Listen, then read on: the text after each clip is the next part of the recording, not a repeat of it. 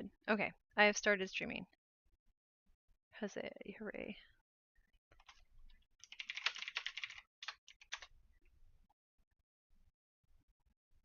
Okay, looks good. Okay. All right. Let me send this link to someone who might come through to listen. Okay, I'll also let everyone know.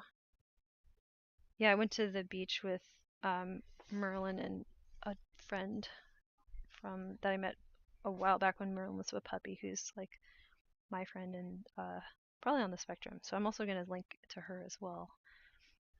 Okay. What am I doing? Oh, right, announcements. Okay.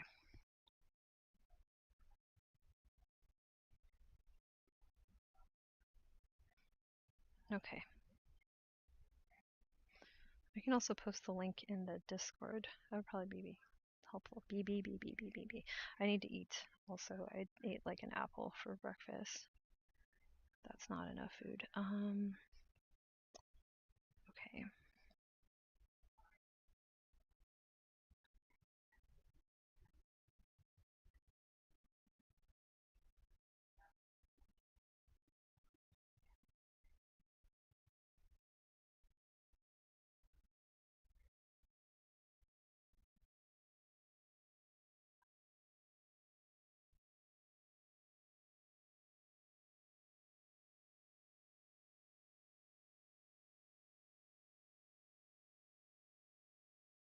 Okay.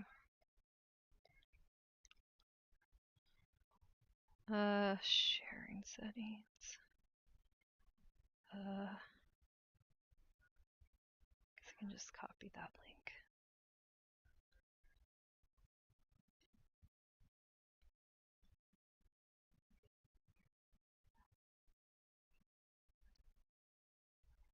Okay. Um,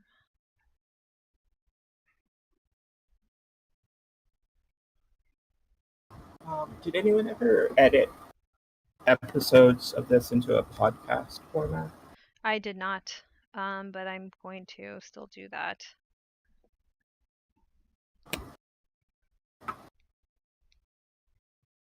So, yeah, yes, that will happen. I don't know exactly when I will have a chance, but sometime during this month, I would assume. Like by October, it should be done, but yeah.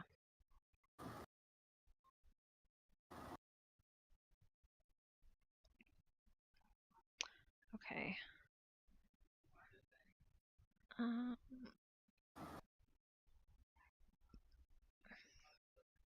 yeah, I'm gonna make. I think what I'll do is I'll make a batch of them, and then I'll also post them to my YouTube as like, proper video uploads.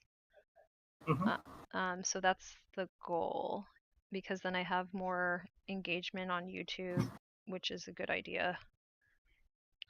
So I'll probably like go through them um a little bit one at a time. Like I can kind of skip around. I remember conversations we've had that I think were particularly good, so if I hear it, I'll know which one it is. I just have to skip around on a couple of the uh yeah, the lives and see which one. Mm-hmm. If there's any that that I should add, of course, let me know. Oh, no, I am not able Yeah, to have that's any kind of okay. recollection of those things. That's fine. Okay, cool.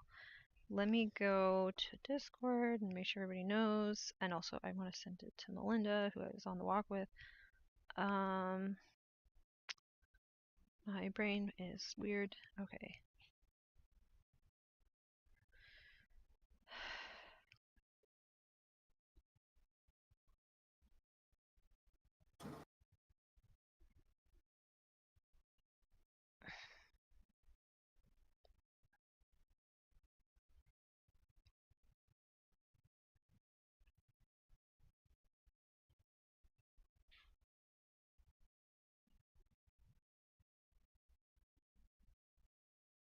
Okay, and then.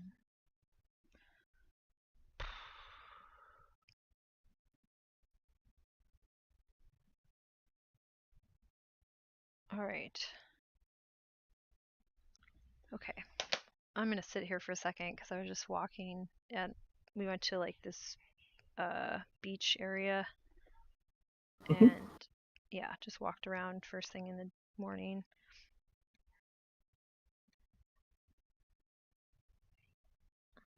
Didn't get very much sun though because I'm trying to avoid that like for the rest of my life. um, I have like a Sense.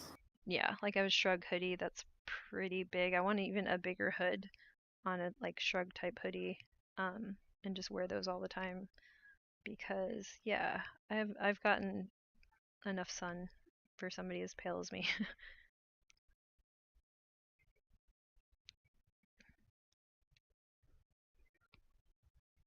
Plus, I was getting like just a spot on my cheek, and my dermatologist like froze it, which is pretty cool. So I guess that'll be gone now. But she was Oh, saying, interesting. yeah, like if you get like age spots, um, on the younger side, which this showed up on the younger side, it's good to freeze them off because like it makes it less likely for them to turn into a cancer problem. But also that like if you do get them when you're on the younger side, that also kind of indicates you're at higher risk for skin cancer. I'm like, well, I knew I was higher risk for skin cancer as soon as I saw how fucking white I was. Like, I was like, yeah. Right. Yeah. So I'm just trying to stay, yeah, just not exposed to sun for the rest of my time on Earth. Take vitamin D, call it a day. Um, okay, so you were saying we have to break things down into how did you describe it? Like Oh, right. parts? So the normal way we're told to do things to make them easier is to make a plan and break that plan down into steps. And if it's still too hard, you break the steps down into smaller steps, Right. right? And what I think we need to do is break a process down into Oh, right? Parts of that process. yes. I just had an epiphany about that too. So steps you Hmm. can keep subdividing. Parts don't work like that because some parts are big, some parts are small. So it's not that we need to break it down into smaller parts. We need to break it down into more parts. It doesn't matter if they're small Hmm. or big, Right. right? And that gets back to my whole argument of like it's not the scale or it's the shape that matters. Oh, So, yeah. so well, this let me say the thing I was going to say, which is that the other day we were talking about how you and I get overwhelmed in grocery stores, markets in a different way, right? You get overwhelmed by seeing too many ridiculous food packages, Yeah. right? And you get overwhelmed by all of the mental images, basically, that you end up carrying around in your short term memory as you walk through that store, Right. right? Mhm. Um, and I get overwhelmed when I'm trying to make a decision between very comparable items, right? There's all these different cans of soup. Mhm. There are all these brands that are basically the same, but they have different monetary values, they have different calorie values, they have different degrees to which I like them. Some Mhm. of them might be on a sale or not.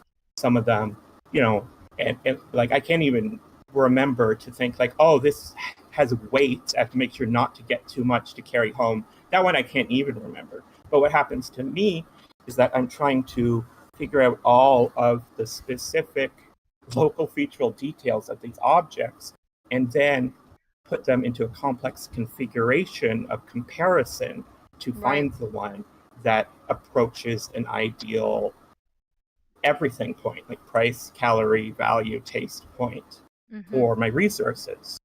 And this is too much for my working memory, right? Right. I can't put all of this in there. And I realized because I was thinking about what could I do to make filling out paperwork, specifically like government forms, easier.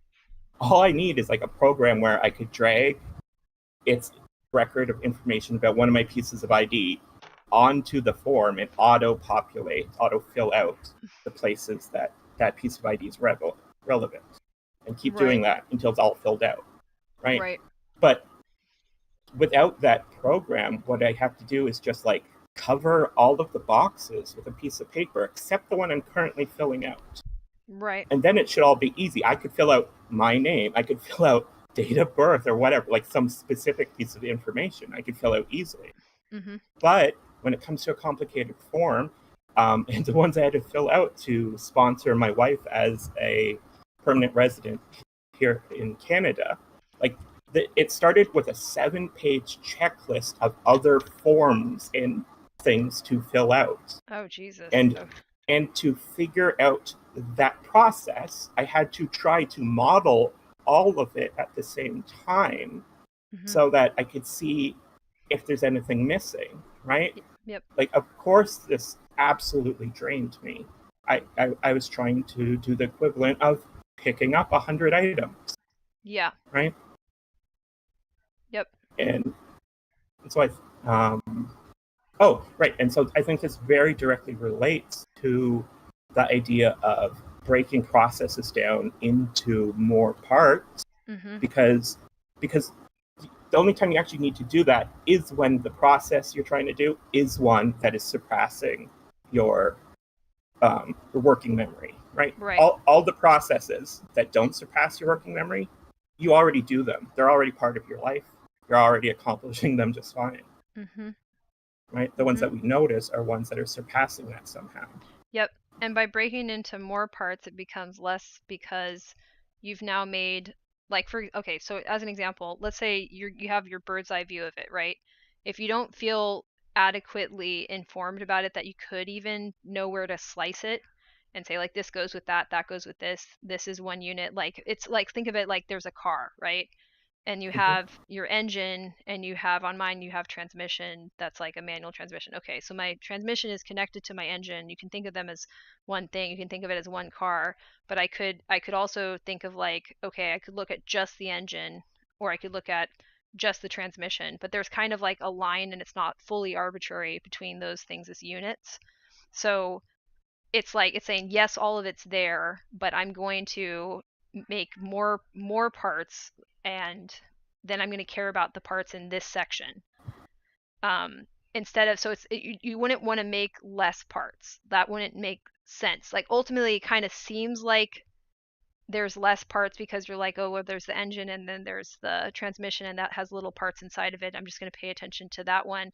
But before, it was a car. You know what I mean? Like, a car is less because it's Right. one. So what I think happens is that for whatever reason, autistic people are able to simply look at a car as a car and think that, like, the steering wheel turns the wheels of the car and it drives, right? Mhm. But for autistic people, and maybe not specifically about a car, but for Yeah. most processes that we're trying to learn, we need to understand all of the mechanics, Yep. right? The rules that cause that process to work. So we Right. can't just think of the car as the car. We have to learn how the wheel turns the drive shaft, which Yep. turns, I don't know, the things that attach the wheels to make the wheels turn, Gear and shaft, I like think. all these things, right? Yeah. I don't know. I don't drive. Right. Right. But yeah, like, we have to do that. And so when we try to just do the whole process at once, it's not an abstraction of that process. It's trying to hold all the parts of the process in your mind at once, right? Right. After you know all the parts of the car and how it works, you can then build an abstraction to use Mm-hmm. to do driving. But Mm-hmm. if you're anything like me, you won't be secure doing that without first understanding it all, right? We Right. don't like to just take it from another person without understanding it ourselves. Right. Exactly. We can't like that, because the only way you can do that is by following the person's steps. Like, you be imitating Oh, the right. sequence that they do, and we can't. So since we can't perceive and then imitate those sequences, and even if we try, we know we'll make failures. We'll make, critical errors even if we attempt Right. that. So Right. yeah. Because this is why I don't drive, is that I'm too scared of, hitting someone, crashing the car, or whatever, Mm-hmm. right? Because I know I'm not able to simply replicate the steps that I see other people Right. taking. Right. And I think we would also avoid being in a, like, if you did go into a minor, fender bender type accident, you still have to be able to remember the correct sequence now when you're in distress. So that doesn't typically happen for us, or we aren't even aware that we would need to have learned the sequence in the first place, so we probably don't know it. So when we end up, that's when people are like, whoa, you're not prepared. We kind of read as like underprepared, I think, is because we didn't even realize that it never would have occurred to us that we should know this sequence. And then when we really need it and things are hitting the fan, we don't have anything, and we're just like, I don't know what to do. And I think also, like, this is helpful because this idea of like dysprioria, which I'm really a big fan of, as like a thing that should be advanced forward. If I don't know all of the parts and you're telling me what's the most important thing right now, there is something that's most important according to the logic of the object, but I don't understand how to even divide the object. Do you see what I'm saying? So it's like, once I understand where the lines can be divided, and even like, how it's not that we're inflexible totally. Like, if something does have is more forgiving, we will know that when we know the traits of the object. Some objects are forgiving, some are not. And if I don't know which one it is, that's a big problem for me. Yeah. So, like, Jane, if you're going to practice ballet today, what would be the most important object? Ballet bar is extremely important because it sets up your arms, and then, which I have, the floor is also incredibly important. So for me, I would say, because I have all the training, like, and I have a Marley floor and I have a ballet bar, those are actually really, really important, but most people wouldn't think that.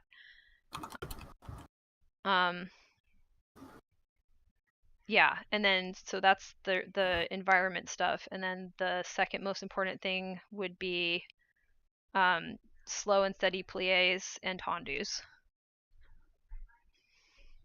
Right. And see, that's not an importance built on a hierarchy, but on the relationships Yes. between the various objects that Yes. get used while doing ballet. Yep, and Right? that's why I love ballet. So they'll say, like, basically tendu, and so tendu is when you point your foot out to the side in the process of getting there. So these are it within all ballet steps. There's your plie and your tendu. So that's why it's like the foundation of ballet is tendu and plie. So and that's why, because it's inside of all these other objects that are also part of ballet. So you should work on that object because it repeats. It's the most recurrent pattern in ballet, and it's what ballet is built off of. So yeah. It's important because it comes up a lot. Right.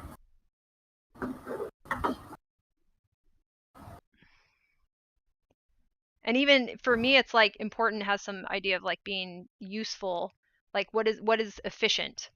And I think this is where you can get this miscommunication with autistic people, where like, okay, you're all obsessed with efficiency, and yet you have really uneven performance. I'm like, well, because I have to care about efficiency because this is how I even pick what to do when I am able to choose what to do. But I'm having a hard time picking what to do because this difference in the brain isn't understood by my culture, and that creates even more impairments than I already have.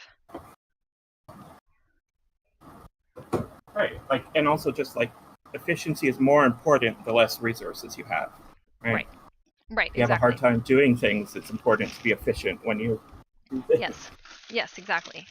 You got to spend your time very well because you're not going to have as much of it potentially. And again, that gets back to this idea of repetition. So then, if an autistic brain believes that it's found the central pattern, or like the keystone pattern, by repeating it over and over and over again, we really do make some significant progress. And that's probably important then, that we'd have things that are technically well developed, like the methodology makes sense and the logic behind it makes sense. So the thing that we repeat really has value, because we're going to, and I mean, it just explains repetition in autism much better. It's saying that, like, this is an adaptive thing that in a vacuum starts to overwork because you don't have the other stuff happening. And that's what people are noticing. They're noticing that we're doing it so much because we can't do other things, similar to how you would notice somebody moving themselves around with their arms if they can't use their legs. Mhm.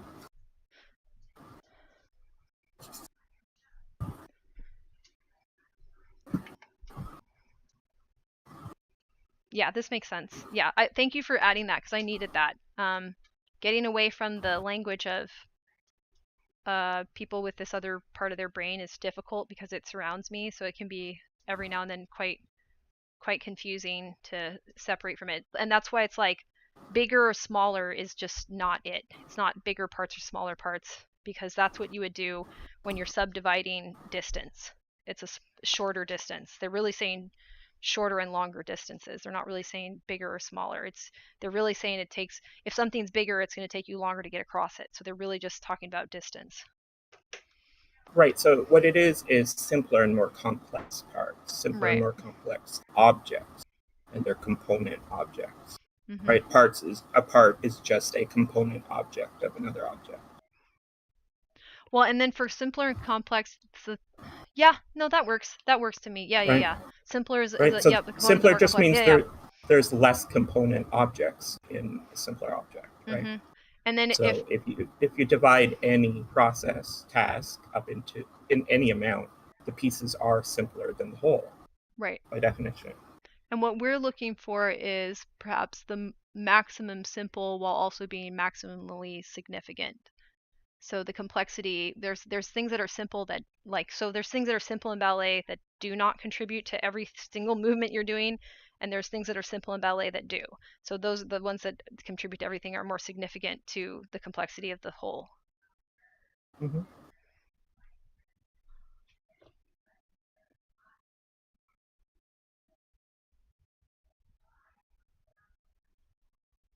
So really the steps are we need to have more parts, and then within those parts we need to identify things that are simple plus significant. And ideally that would benefit from repetition because of that, because they themselves are recurrent, are very recurrent, or like max recurrent possibly. So simple, so we're trying to max out simplicity, significance, and uh, there's another way to say recursiveness. Maybe that's the way to say it. Mm-hmm. And then that's when we'll be in good shape because our repetition will be working in our favor. I think it's such a horrible thing to try to make autistic people discontinue the repetition thing. It's like tying the hands behind the back. It doesn't make sense.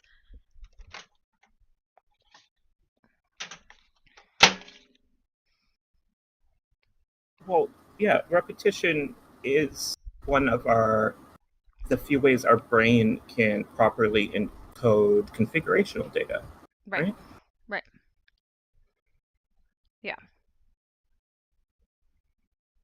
Right. Because we have to do, and also it gives us a chance to do motor skills over and over again, which can help with our memory because then we can use that instead to recreate the same muscle firings, to create the same sounds even if we're using our voice.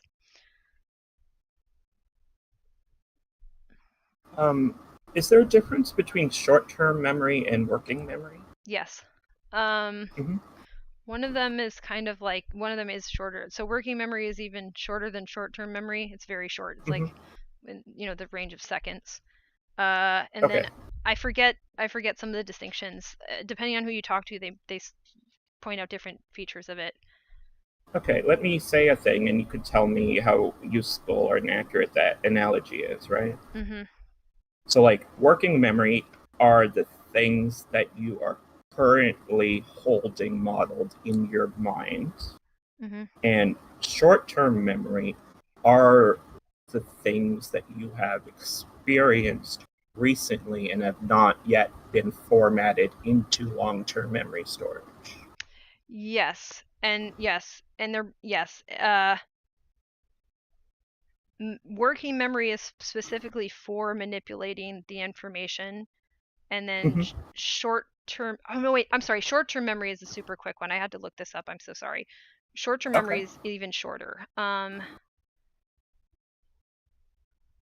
and yeah, working memory is actually slightly longer, but they're still not, and it's specifically supposed to be for you to manipulate the relationships of those information. And I think for most people that means putting them in order. Like I think working memory is a holding bank for you to then sequence the information, and that's why we're having this divide with people. Um, and then let me try to see where is Okay. short term.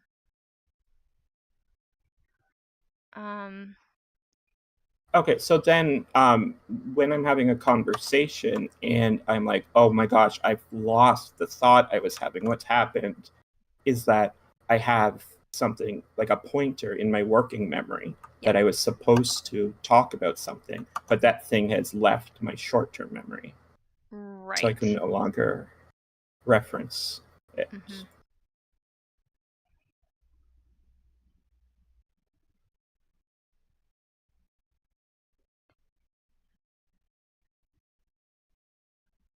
Let me try to find another thing about short-term memory that I read recently that I found Mhm, helpful.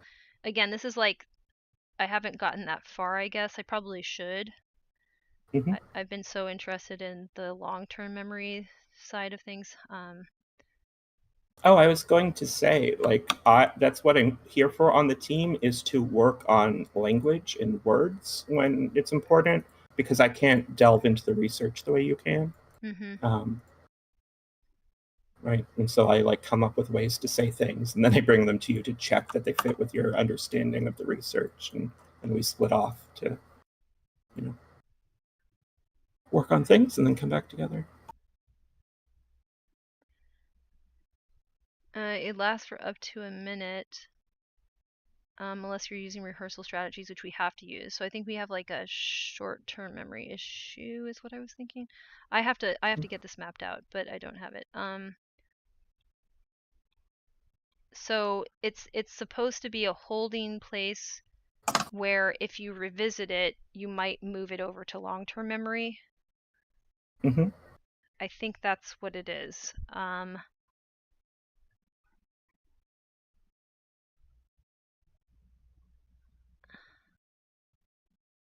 They hang on.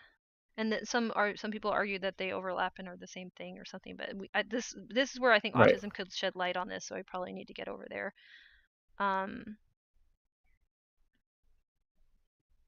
hold on.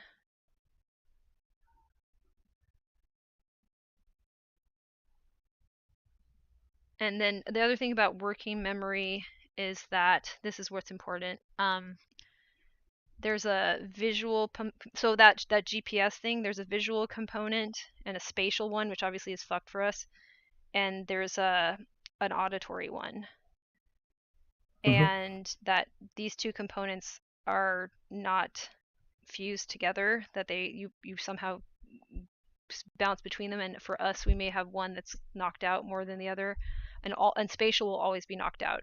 So the image, you may have visual memory but it won't be spatial, and also this could be why like why I have this weird auditory processing thing where I can't watch somebody and hear what they're saying. I can't do both at the same time. That could Mm-hmm. be why. So I need to look more into this. But yeah, so people divide working memory into the visual, spatial, and the auditory, phonological. And then let me try to find. So that's still, but that's still working. So some people say that uh, let's see, a short-term memory has sensory information beyond just uh, visual data. So there'd be like as well as mood information. So it's possible that this is where you figure out what you're going to retain. So it may be that short-term memory is also assessing if something needs to be moved into long-term. But I don't have I need to get into that because that's sort of all I have retained from what I've read.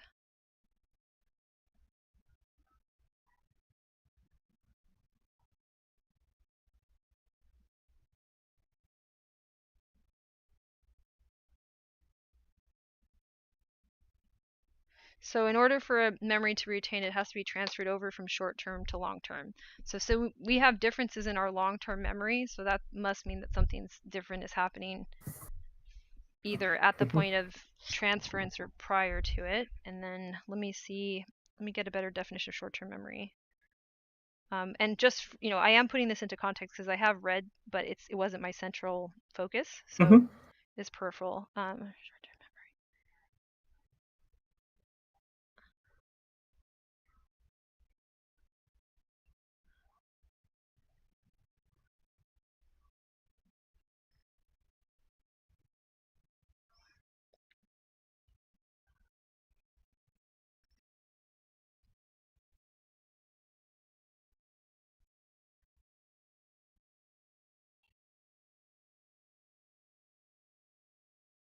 Yeah, and in this one, it sounds like spatial and visual are usually separated, so they do STM um, as short-term memory STM. So that's cute. And they have phonological STM, spatial STM, visual STM, um, and then the somatosensory. So like then that seems probably too truncated, but like information about where your body is and what's happening to your body.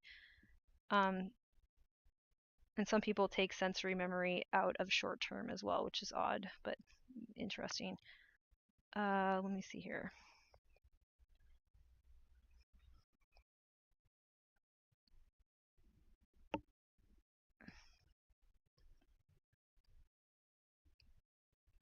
Yeah, so short-term memory is exposing you to something and then you recall what you were just exposed to.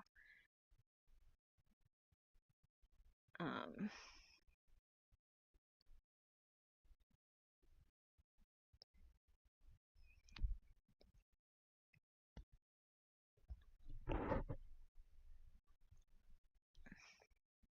and working memory is supposed to take what you just realized is happening and connect it to your experiences that you have in long-term memory and then Mhm. create plans that you then hold in your working memory. And I feel like maybe the issue for us is like the holding plans in our working memory can't really occur for some reason.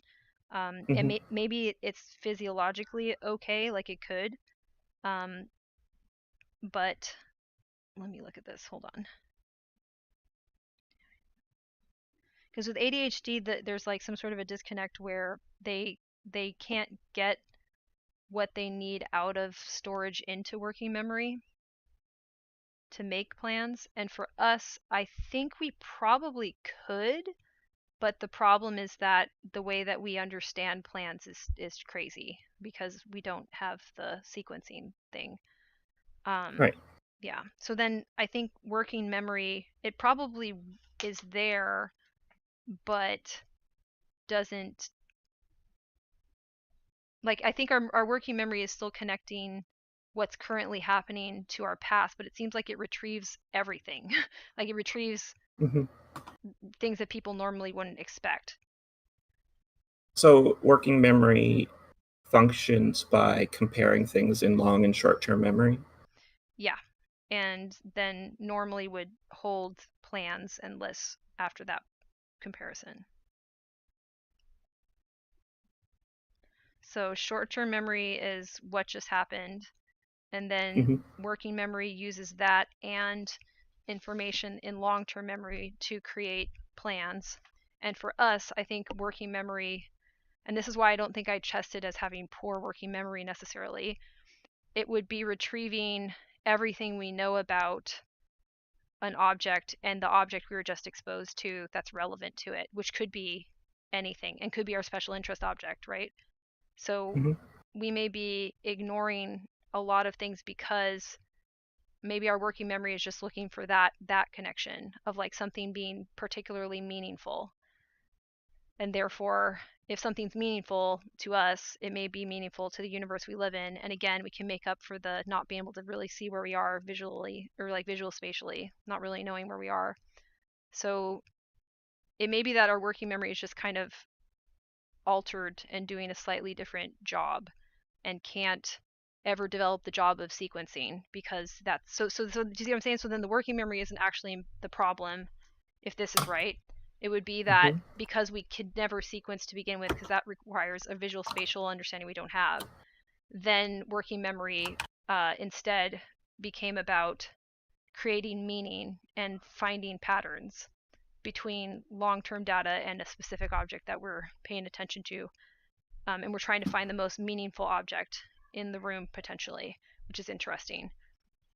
So it's not, and meaningful in that the way that I just explained, that it's something that is simple and is recursive, maximally recursive object. And that might be why we understand and get into like sociological phenomenon, because we're trying to understand the most meaningful, significant object of people. And while that may help us potentially to socialize with others, like that's not the purpose of it. It's just because we Mm-hmm. already think that way.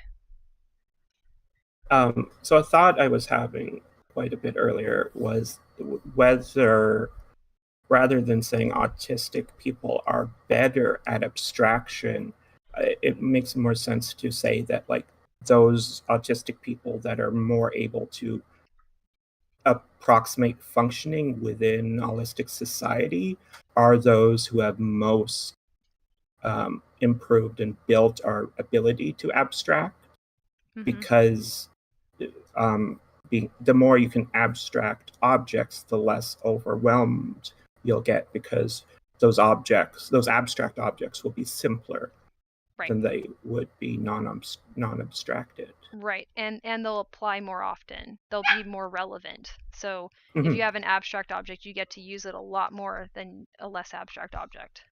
So we Right, would feel like we know where we are quite a bit more. right. And so we would feel like we had to hold less objects to be able to interact with more things.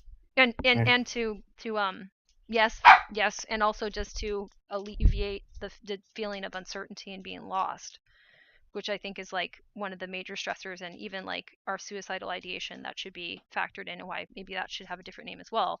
Because if we have a more abstract object, that means we can go into way more environments without getting confused. Mm-hmm.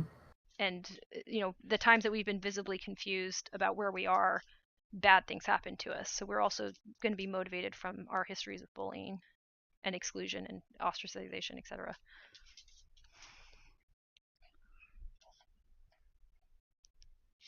Yeah, it has well, I guess that's all to say that like there's a bunch of advantages of it that are kind of overlapping, and also you could separate a little bit.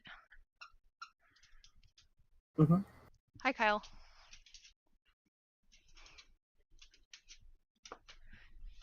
Hey, Merlin, you want food? Thank you, Merlin, his food.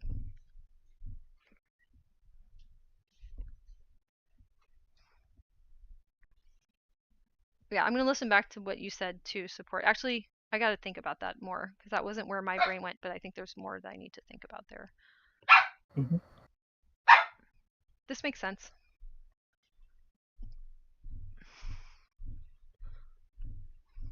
And that's the thing, being able to say this makes sense. That's my working memory. I think that's what my working memory does. It goes like, what did I just learn? What do I already know? Does this make sense? This makes sense. Like, you know what I mean? It's Right. basically, yeah, that's what my working memory is doing. Right. And so your working memory is also taking in your sensory information and categorizing it Mhm. along the types that you're used to, right? Mhm. Mhm. So like, okay, a bunch of noise. Well, this part is a dog barking. This part's my friend talking. This is all background noise that doesn't matter, Yeah. whatever, right? Right.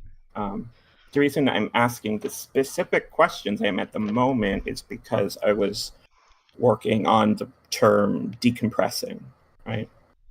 So Mhm. like we start with processing capacity has been overwhelmed, right? This is what we talk about, an overwhelm, Yep. and this can cause us to react in a way that we call a meltdown, Yes. right? Um, and then decompressing. So far, I have pulled out the sub pieces of grounding, processing, and isolating, Okay, right? let me pull it down. Grounding, process. We said again. Isolating, grounding. Yeah, grounding. Well, I guess if we were going to do an order, it'd be isolating, grounding, processing. Yep, that makes sense. And Right? also, I think Kyle's. I don't know how much he heard about what we were talking about. So, um, So when I got my meltdown, it was because my working memory was cued. I wasn't triggered. You know what I mean? I hate this shit, but like my working memory was cued to Well, right, do. because Oh, go ahead. triggered is very specifically referring to PTSD. Only Yes. PTSD can be triggered, right? It Right. is when you have been triggered to recall a traumatic memory that is still traumatic to you, and then you experience that trauma again.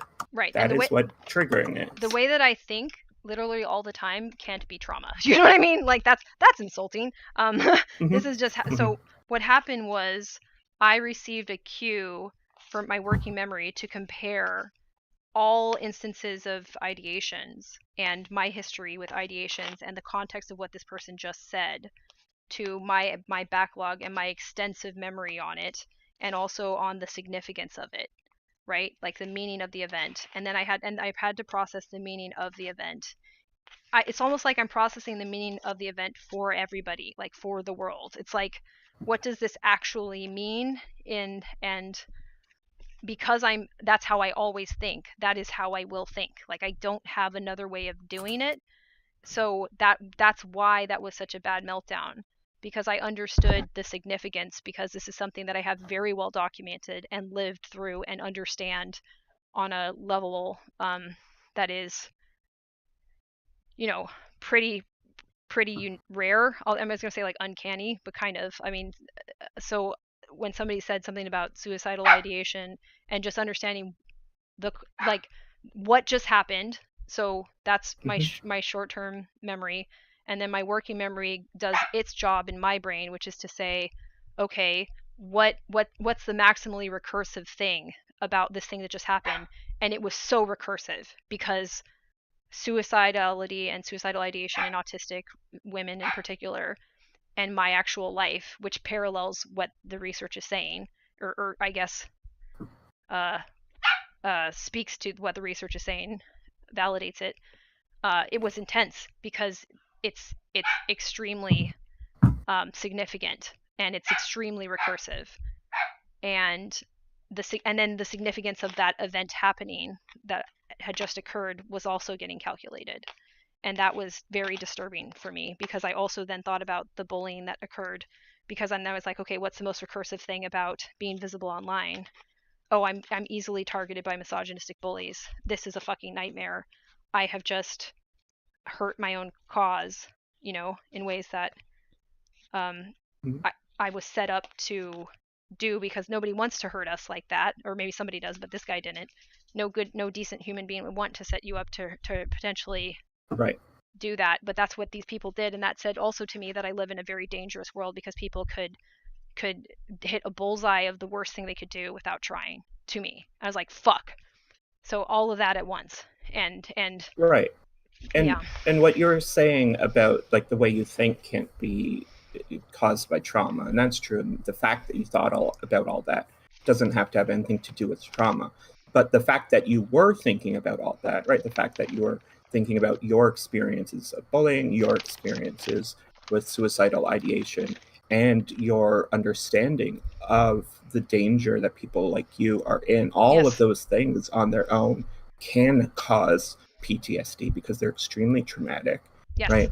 And so, like that, um, a trauma response absolutely could also have been going on Yes. at that I point, I think right? it was. I think yes. I think that's Yeah, fair. Yes. Yes. I think yeah, that, right. and yes, also my thinking process itself would never, it would be inappropriate to say like it triggered, like, because if I try to explain to people how I was thinking, they would think that like, oh, I Mm-hmm. was having flashbacks. I'm like, no, no, no, this is how my brain connects information all the time. It's just in this particular case, absolutely, it would create Right. even some of the conditions that contribute to suicidal ideation, which is this idea of being of entrapment. I'm like, I'm trapped in a world that doesn't understand the danger, and doesn't understand um,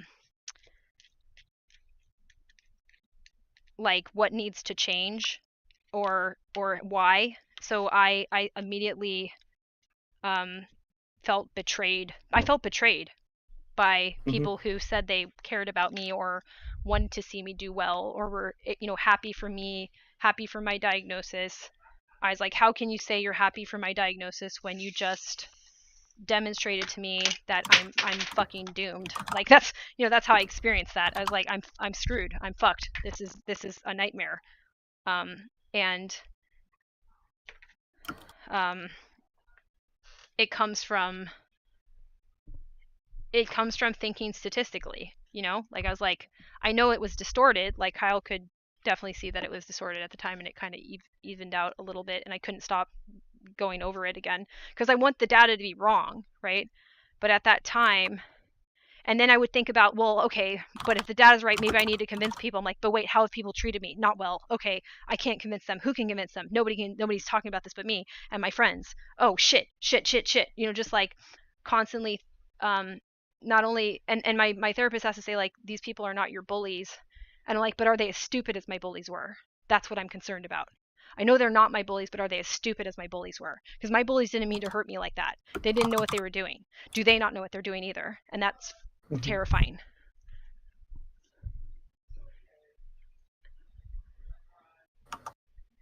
Right. So PTSD triggers cause symptoms like PTSD flashbacks, and the flashback is different than a memory because you have a sense of it happening again in the current moment, and you Right. relive the emotional states. No, and for Right. me, all it was when my working memory gets cued like this, and this happened that time I cleaned my house up for the first time in this room, and I had all these, I like lost control over this.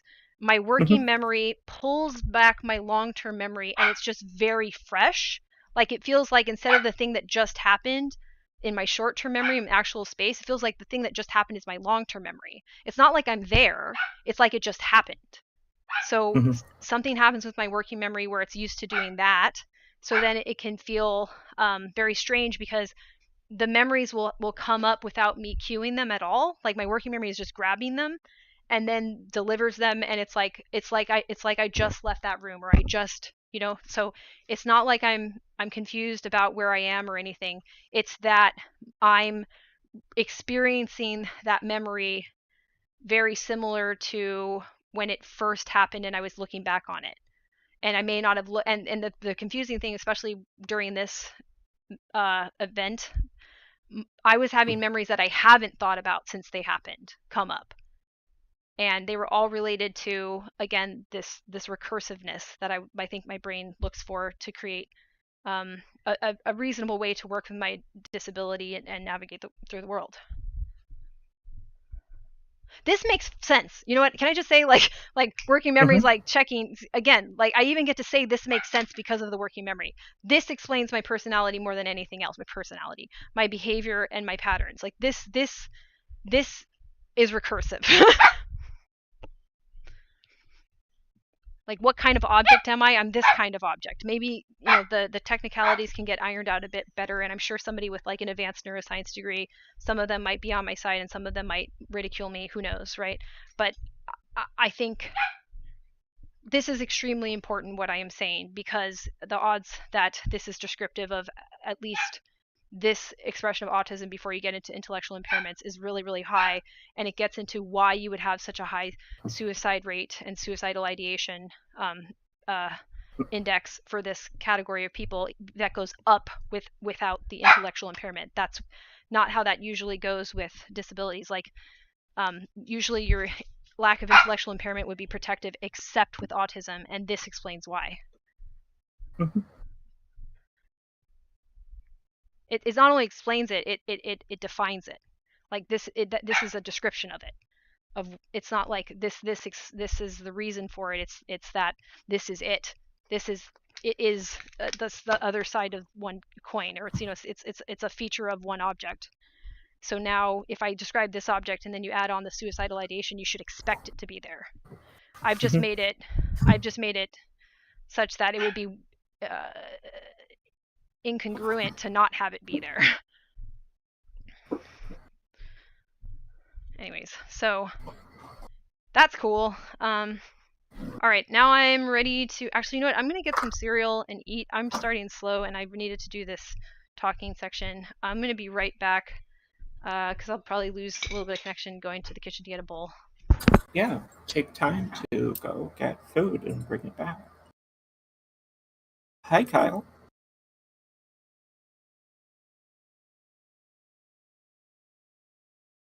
Hello. I have myself on mute because I'm like working in the backyard and stuff. I'm kind of more just listening in. Yes, of course. I am just working on clearing off this desk that is next to my computer desk that I use when I sew. So it is my sewing desk. I also keep a lot of tools and crafting materials in the drawers of this desk. Um, and unfortunately, what happens with it often, just like any other empty surface in the house, is that it will get covered in objects that do not have a home that they're supposed to go to, and therefore tend to just sort of migrate around the house as I attempt to quote unquote clean without actually getting into the process of figuring out if an object is important, and if it's important to keep, finding a place for it to be its place, that it stays.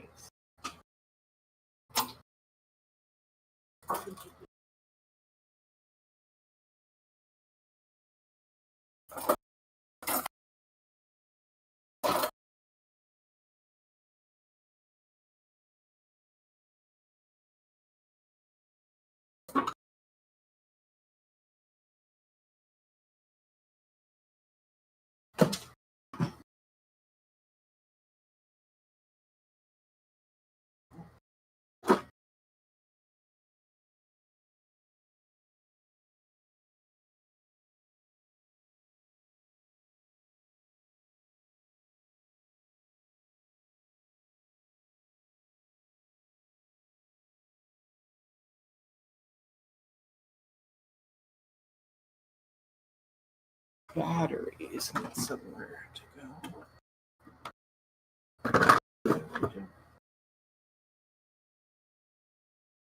I'm gonna pour out some cereal and yeah, have a little food, and then I'll start proper cleaning stuff or housekeeping stuff. Yeah, thank you for bringing this up. Thanks for coming on today, because this is a big breakthrough for me, as well as advancing this. This is important, I think. or I don't know. It's like So what, when you say this is important, what is the this? this discussion and these aspects, what we just mapped out, the ideas that we were just, and the concepts Okay. we were putting together. Okay. They would be very significant for autism and quality of life, but also like the understanding of this needs to pivot. It needs to change. And this would explain our quality of life things that will never be solved by social acceptance or accommodations or whatever people think they're doing. Mm-hmm. Right. What we have to develop are tools, things that we can practice to help us with our issues Yes. that we face, right? Right, exactly. And if anything, getting further away from holistic people while I'm doing that would be beneficial, because they won't understand. I mean, they could. I'm not saying they can't. Like Kyle will understand because he'll be around me a bunch. You know what I mean? Like, and maybe he even has some better overlap than other people, because I've talked about that with Kyle. Like, other people can use their brains this way. It's just that we didn't have another thing to do. So this is what we have to work with, and it's what we will use, or else we can't do anything. It's the arm leg metaphor that I use so often. So if I'm around people who are neurotypical, who think they're helping me, they can try to micromanage me or otherwise not understand why I need to do these strange looking things. I would rather do those strange looking things that are very functional from the perspective of how my brain actually works, how it's actually thinking and reasoning. I would like to do those without scrutiny from people who may make it even more challenging by trying to stop me doing the weird thing, or ask me questions that when I try to explain it, they could be incredulous. You know what I mean? They could basically inadvertently gaslight me. Um, Mm-hmm. and then that's not going to improve my social skills or motivation. That's not going to do shit. That's going to be bad. Especially since none of us are Right. starting with a clean slate. this is how I categorize my childhood as having caused me complex PTSD, is that I went through a lifetime of inadvertent gaslighting because nobody knew what autism was like and what it meant the experiences of an autistic person were like. And so everybody was invalidating my experience by not knowing it was a possible experience, right? And it alienates you. That's why I think so many of us end up with thinking of ourselves as something that's like the opposite of a human, because we learn this Right, opposite nonsense. So then we think we're angels, devils, right. monsters, demons, robots, ghosts, we've Changelings yep, or aliens, yes, right? yes, animals potentially, just anything that might occur to us. I think that's why the Audi gender thing needs to be re-examined again, Mm-hmm, outside of just like that whole social approach to that is a little bit fraught, to be honest, mm-hmm. in the first place. But and like the reason why we don't feel like we're any gender whatsoever is because humans have genders and we're the opposite of a human being. That's why. And you have to address that. You have to address that in us because we're dehumanizing ourselves. We have experiences that are not um, echoed by any of the other humans that we interact with, Hmm. and then we have difficulties with what we are being told are basic human experiences and skills and practices, right? Things that are supposed to be extremely easy Yes. to all humans simply are not, and we are told that we are not disabled, that Yes. we are a functioning human just like them, and yet we find ourselves, no matter how hard we try, to complete tasks that we are told are simple, right? To match up to what we are told is the baseline human experience. We find ourselves the opposite of that, We are, right? yes, yes. So we have an inverted relationship to things that people say are easy are hard or impossible. The things that Right, people say are hard or impossible or remarkable are easy for us. And that's the right, problem here, is that we think of human intelligence, the stuff that we laud as like a smart person, as the capacity that our brain has to use. So if it does successfully use it in any discipline whatsoever, now we're gifted, right? right. And now I the people are like, oh, it's so hard to write an essay, but my brain figured out the hack to an essay. Well, a hack, I mean, it figured out the structure of an essay and internalized it really young. And then I Mm-hmm. was like, no, I can shit out essays. What do you mean it's hard? It's easier for me to write an essay than almost anything. Like it's and that's hard. I mean, my brain almost does it automatically. Like I could probably freestyle an essay out loud and it would be decent. So what do you want me to do with that? Like that's crazy making when people say that intelligence exists on a linear hierarchy and that at the top of it is this and you can't do the bottom rung. So then because we're so young at the time, and this is where I think it's insulting to say that we have black and white thinking, because I think what happens is we get arrested at a stage of development that everybody goes through, and we get tormented by it because we are the opposite of a person, because a person finds this easy and that hard, and we are the inverse. We find that hard and this easy. And this is why I think you're going to have these problems exclusively in the population that doesn't have the intellectual impairments and are able to compete with other people in certain arenas in school, at levels that are acknowledged as superior. So I mean, I don't have a superiority thing that I want to internalize as my personality. This is what fucking happened, and it happens to us. And it doesn't protect us or make our lives better. It makes us more confused, and I think it leads to this dehumanization of ourselves, where we think of ourselves as not a person. When I was going through my meltdown, I was like, I'm not a person to other people because I don't I don't react. I react the inverse of how people react, or I behave the inverse of it in these really significant ways, where specifically this idea of like this should be hard and this should be easy, but this explains why. It's hard for a typically developed person because it relies so heavily on a region of their brain that they haven't had to do the equivalent of a triathlon every fucking day to maintain their lives. We've had to do the triathlon every day, so yeah, that's really easy because the other shit isn't there, and that's why the other stuff is hard. That makes way way way more sense.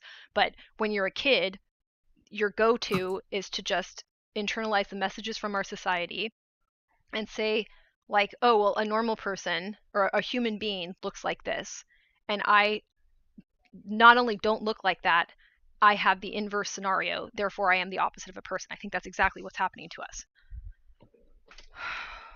And that can extend on infinitely. Like, you see what I'm saying? We could continue to muse about what's the opposite of a person, and then try to identify with that so that we have a sense of a sense of who we are, because there's a point, like probably in our high school age, where people are trying to do their identity and figure out their identity. There's a paper I need to read about autistic self-identity, by the way. So we probably have, interesting. yeah, I'm going to read that up next. This sets me up for that quite nicely. But there's a point where I think when we're trying to figure out who we are, where we create this model of like, well, if I'm the opposite of a person, what else am I? And that can put even more pressure on us, because most people, for example, are not, how do I say this? Most people are not in a position to do some significant contribution to the world. So we may even say to ourselves, oh, well, all of this combined, I have to make a significant contribution to the world. So that's how you can get a Greta Thunberg. Not that she isn't making a significant contribution, but when does she decide to do that? During that developmental window. Kind of odd. And I think I also had, I'm not saying anything negative about her. Anything I say about her, I'm saying about myself, because I'm saying this is the same phenomenon that's triggering this in us. So yeah, this is, oof. And this is and not how people talk about autism. During that developmental phase, I'm like, what am I? Oh, I'm a broken human that is going to die. I just need to bide time until that happens. Right. Reason you thought that that's too. the conclusion I came to. Because humans are alive, and you need to be the opposite of them. Like, even, you see what I'm saying? Like, it's so anchored in that developmental phase. Because I've thought of myself as like a walking ghost. I have death things too, because humans are alive, therefore I'm not really alive. I've thought of myself as a doll. I've thought of myself as a figment of people's imagination, because humans exist in reality, and I'm the opposite of a human, so I must be unreal. Mm-hmm.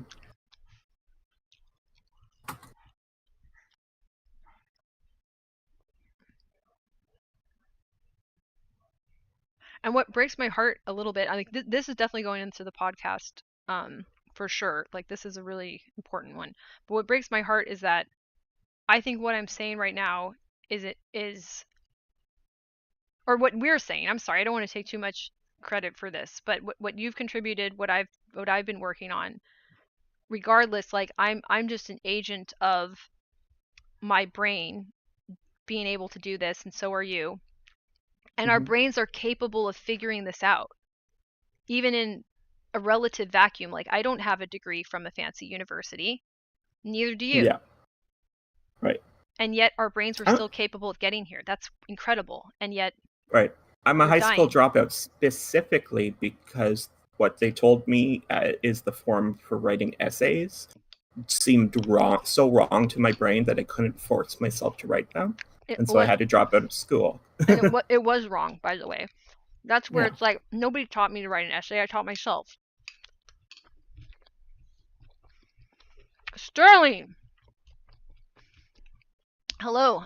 Sterling is in. I agree with the meltdown conversation. We feel different because of what others think the baseline is, and if we aren't on that, it's not seen as correct. Yeah, and when this is really, so Sterling's an artist as well.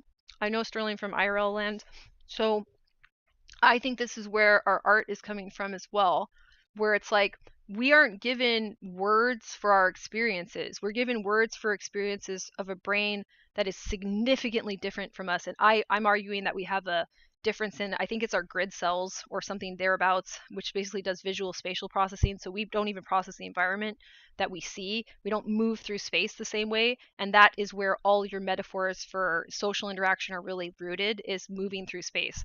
So, like, we are trying to communicate with people who developed a vocabulary to explain a fusing of regions of their brain, the visual spatial, and this thing that we do, which is like object specific information. So we know like all the features of an object. It can be a very abstract object, or it can be a very concrete one.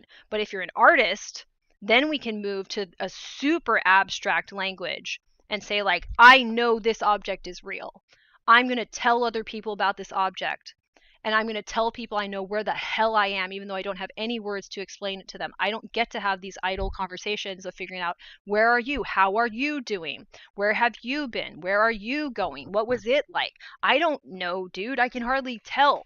So, but what I do know is that I've had certain experiences that my brain allowed me to focus on and try to understand how the universe I live in works.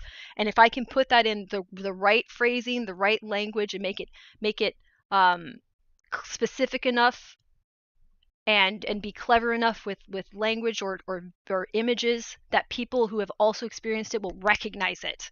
Now we're in the same world together. Now I share a world with people. Now people know I'm here.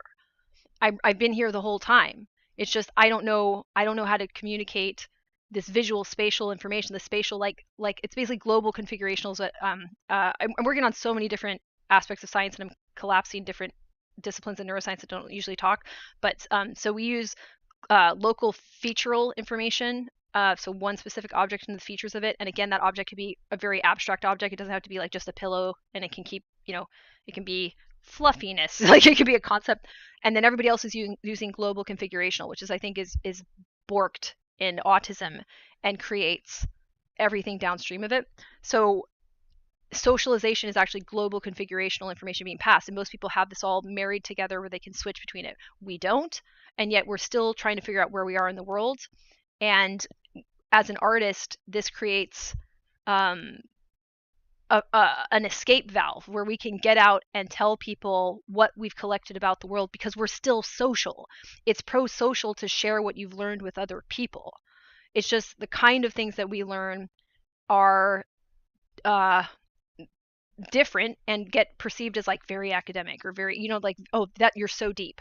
Like this thing of like you're, a 9-year-old getting told that you're a 30-year-old woman trapped in a 9-year-old's body or something. I was told I was a 36-year-old woman trapped in a 10-year-old's body. Great. But all we're trying to do is communicate, like everybody else, what we've learned. And our difficulty is that also we don't have language for it, because the experience everybody else is having, for the most part, most people, is this blended experience, and all the vocabulary serves that blended experience that we don't have. So there's multiple problems kind of stacking. And I understand why it's been so hard for us to get to this point, because even talking about this I can confuse myself as I go. But we aren't like a flavor of a neurotypical person. What we are is, or a flavor of a human, and neurotypicals are a different flavor. Like if we're gonna do an ice cream metaphor, then like we got strawberries and no cream. You know what I mean? They got strawberries and cream. We just got strawberries, bro. Like,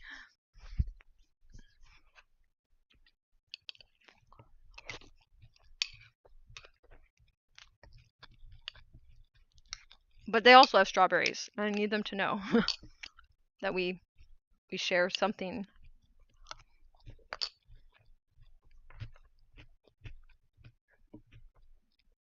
I feel like my chewing is gonna be really loud and gross, so I'm gonna just boop.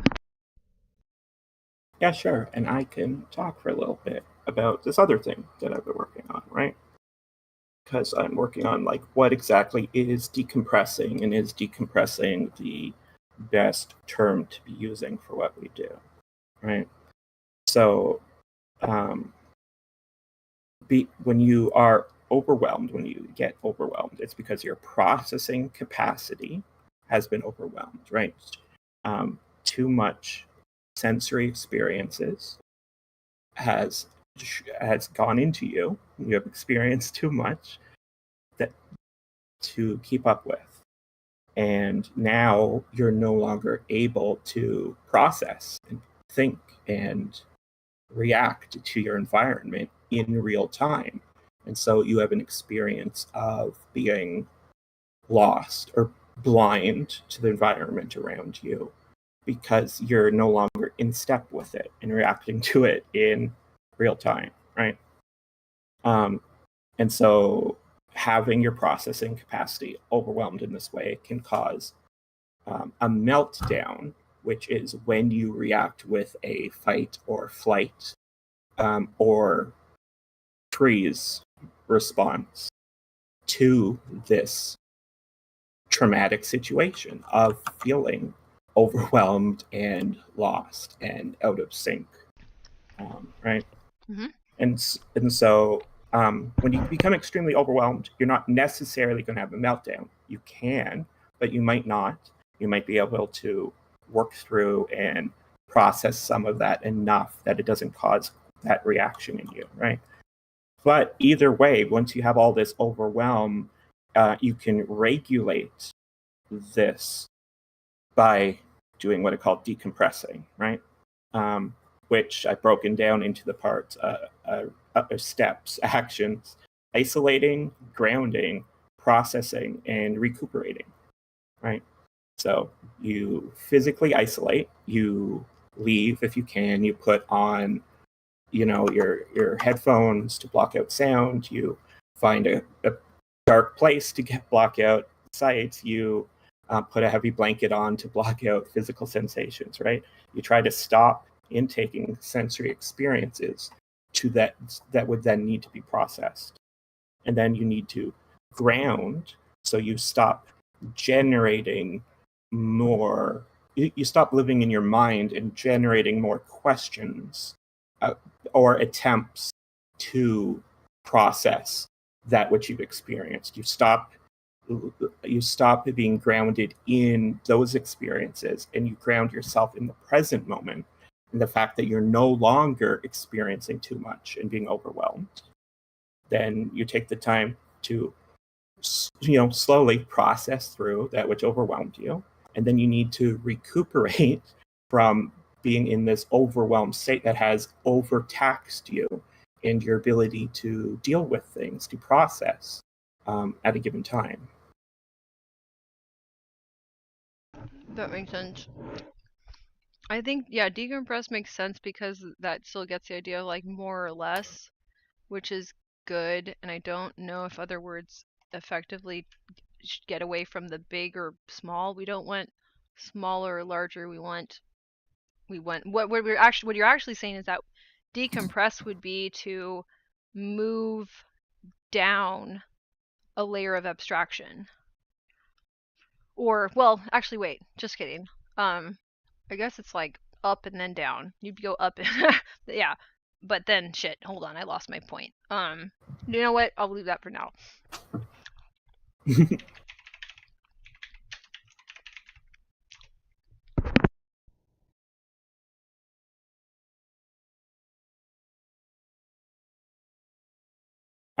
So like the term meltdown could be thought of instead as a cascading failure, right? Mm-hmm. Where the fact that you have become so overwhelmed causes a reaction that is not within your normal set of reactions, right? That Yeah. you lose your normal control over yourself. Mm-hmm. And I think that happens because we get lost. This is where I'm saying that a meltdown is basically when you can't find your mom in the store when you're 7, or like I was trying to say to people, if they want to experience a meltdown, it's like if you were blipped into a void with no explanation. You don't know where you are, you can't see anything, you can't feel anything. There's nothing, you can reach your hands out and there's nothing. And you don't know how you got there or when you're going to get out, because we suddenly lose anchoring in the space that we're in at all. And I think that's why our brains start to create, why our working memory starts to create what just happened, and then we're grabbing onto everything from our past potentially that is again maximally significant or recursive, because I think that's what we're searching for. So the thing that repeats a lot is going to be more significant. So now we're locked into extremely significant phenomenon that are real. Like, you can't sit us down with a therapeutic setting and say like, oh, there's distortions here. I'm like, no, these aren't distortions. I will accurately describe the problems of reality that you two are freaking out about, Mr. Therapist. So that's bizarre. So a meltdown as you age and get more mature, and this is, when I was a kid, it would be like, what are you upset about? When I would have a meltdown, I'd be like, everything. I remember saying that as like 9 or 10 or 11. I'm like, I'm upset about everything, not everything that happened to me. I'm upset about the broader context of everything happening this way at all.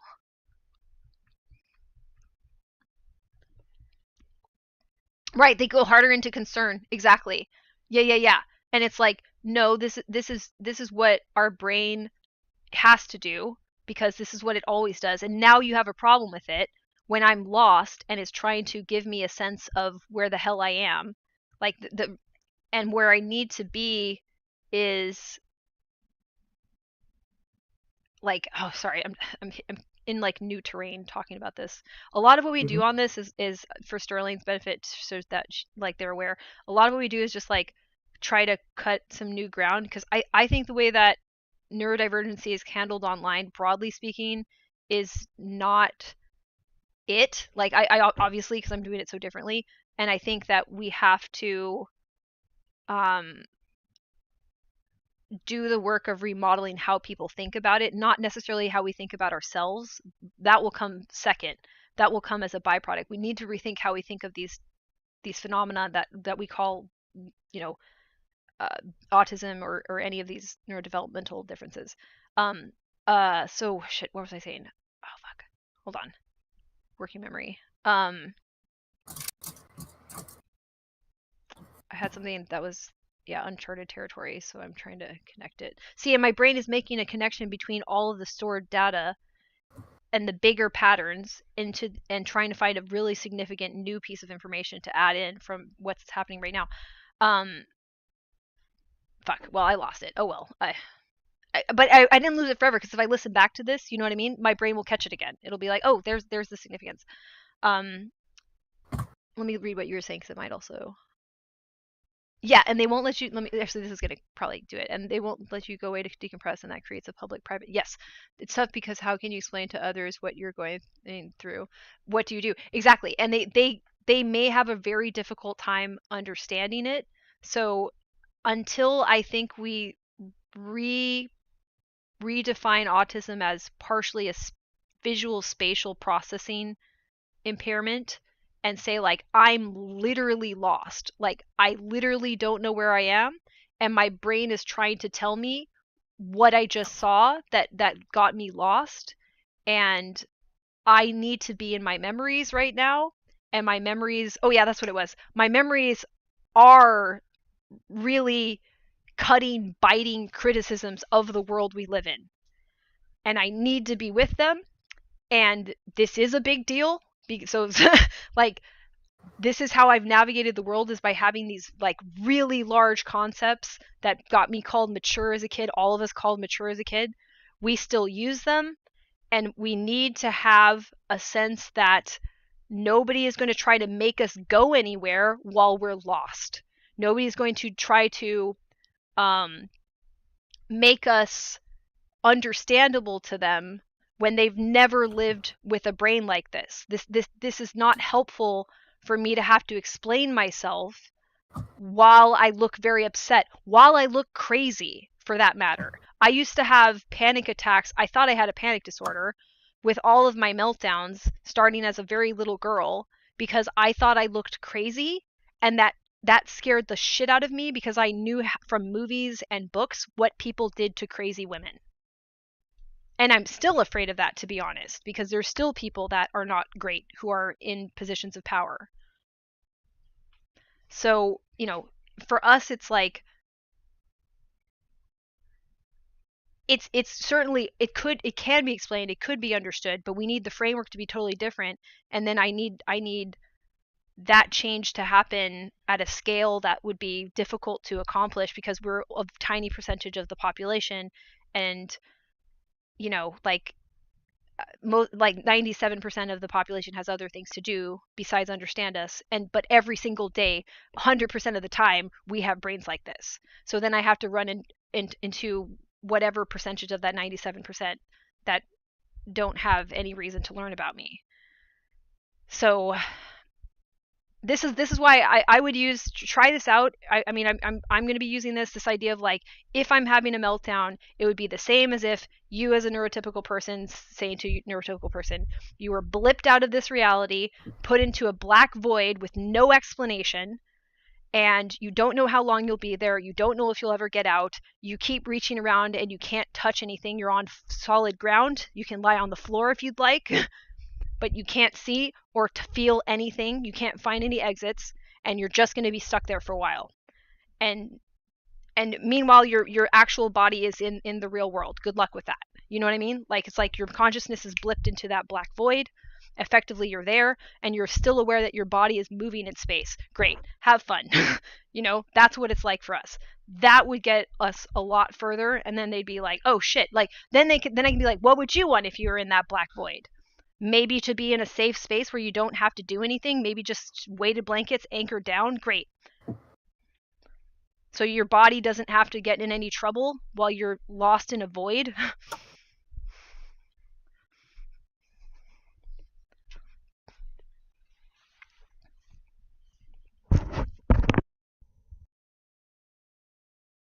You know, better ideas than what I just gave, but I shared it in case it generates even better ideas by setting down a groundwork, or the groundwork for that.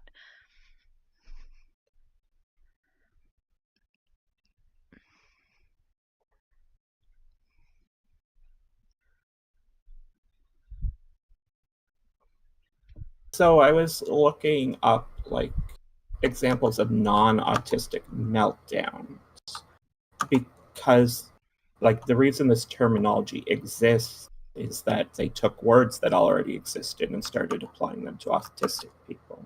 Yeah. Right.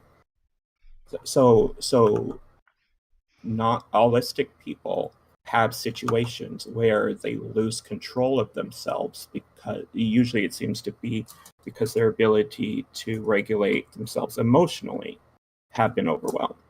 Mm-hmm. Right. And then you'll have people that, you know, we'll talk about them freaking out, or, you know, they just yell or scream at people, right? Or they shut down completely. Like, it's the same kinds of reactions. Yeah. But it doesn't get caused by sensory overwhelm. It seems to get caused by their emotional regulation being overwhelmed. And I'm assuming they also call it like snapping, right? That guy just snapped. Yeah. Well, so I want to differentiate a little bit too, because I don't know if some of their snapping, some of it there's like aggression issues, where some, like, because I want to always be mindful of the fact that there's mania and depression, and some people enter manic episodes and they have rage as a facet of mania, and that's overly represented in our culture for a whole bunch of reasons that I think we're exacerbating. So there's that, but also, like, I would bet if somebody got lost while they're in a foreign country where they don't speak the language and lost their wallet, I bet they'd have a fucking meltdown. Like, if they're going to have one, that would be one example. Which, again, like an anxiety attack as well, right? If your loved ones vanished and you couldn't find them, again, like, this is like an anchor into reality of where you are, and you would see this person as part of you. So it's almost like losing a limb or something, like, where's my arm? You could have a meltdown then. Well, if you lost your arm, you'd be in shock, but but like, you can have a response to being, I'm going to suggest that this idea of being lost is going to actually be a big part of it, even for neurotypical people. So if they want to understand it, then it's got to be that, like, you're in a foreign country where you don't speak the language, nobody speaks English, you've lost your wallet, you don't know where you are, something like that, where you can actually experience the level of overwhelm around not being able to figure out, like, what is going on around you, where you need to go, where it's okay to go and where it's not. You can't, I don't know, I think you can't talk about the meltdown without that being, at least for the time being, centered, because it's I think a novel aspect of it, or novel way of framing it, that I think is so crucial that it might then lead to better understanding between us and other people, where it's like, you can feel as lost as me, but you have working spatial navigation all the time, and you build all of your social relationships as a metaphor to extend that awareness. Like, you practice it by asking what's up and hanging out and grabbing a beer with your homies. You're really good at the thing that I'm disabled at. And because I don't have it, when I lose my ability to anchor with the limited resources I have to anchor myself in space and know where I am, I'm very, very, very lost in a way that, you know, would be distressing if they were feeling as lost as me. Even though we have, different developmental histories, they too could experience that level of, um,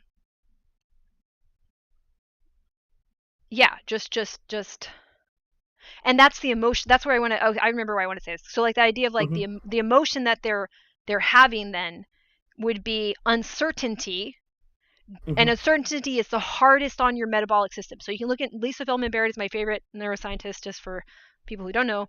Um, Uncertainty is the worst for your metabolism. It's the worst state for you to be in. It's really difficult for your body to deal with, recover from, um, process with the correct hormones and chemicals that are shooting through your blood to deal with it. Super difficult to be in uncertainty, and it's like getting locked in in extreme uncertainty of an existential nature, where it's like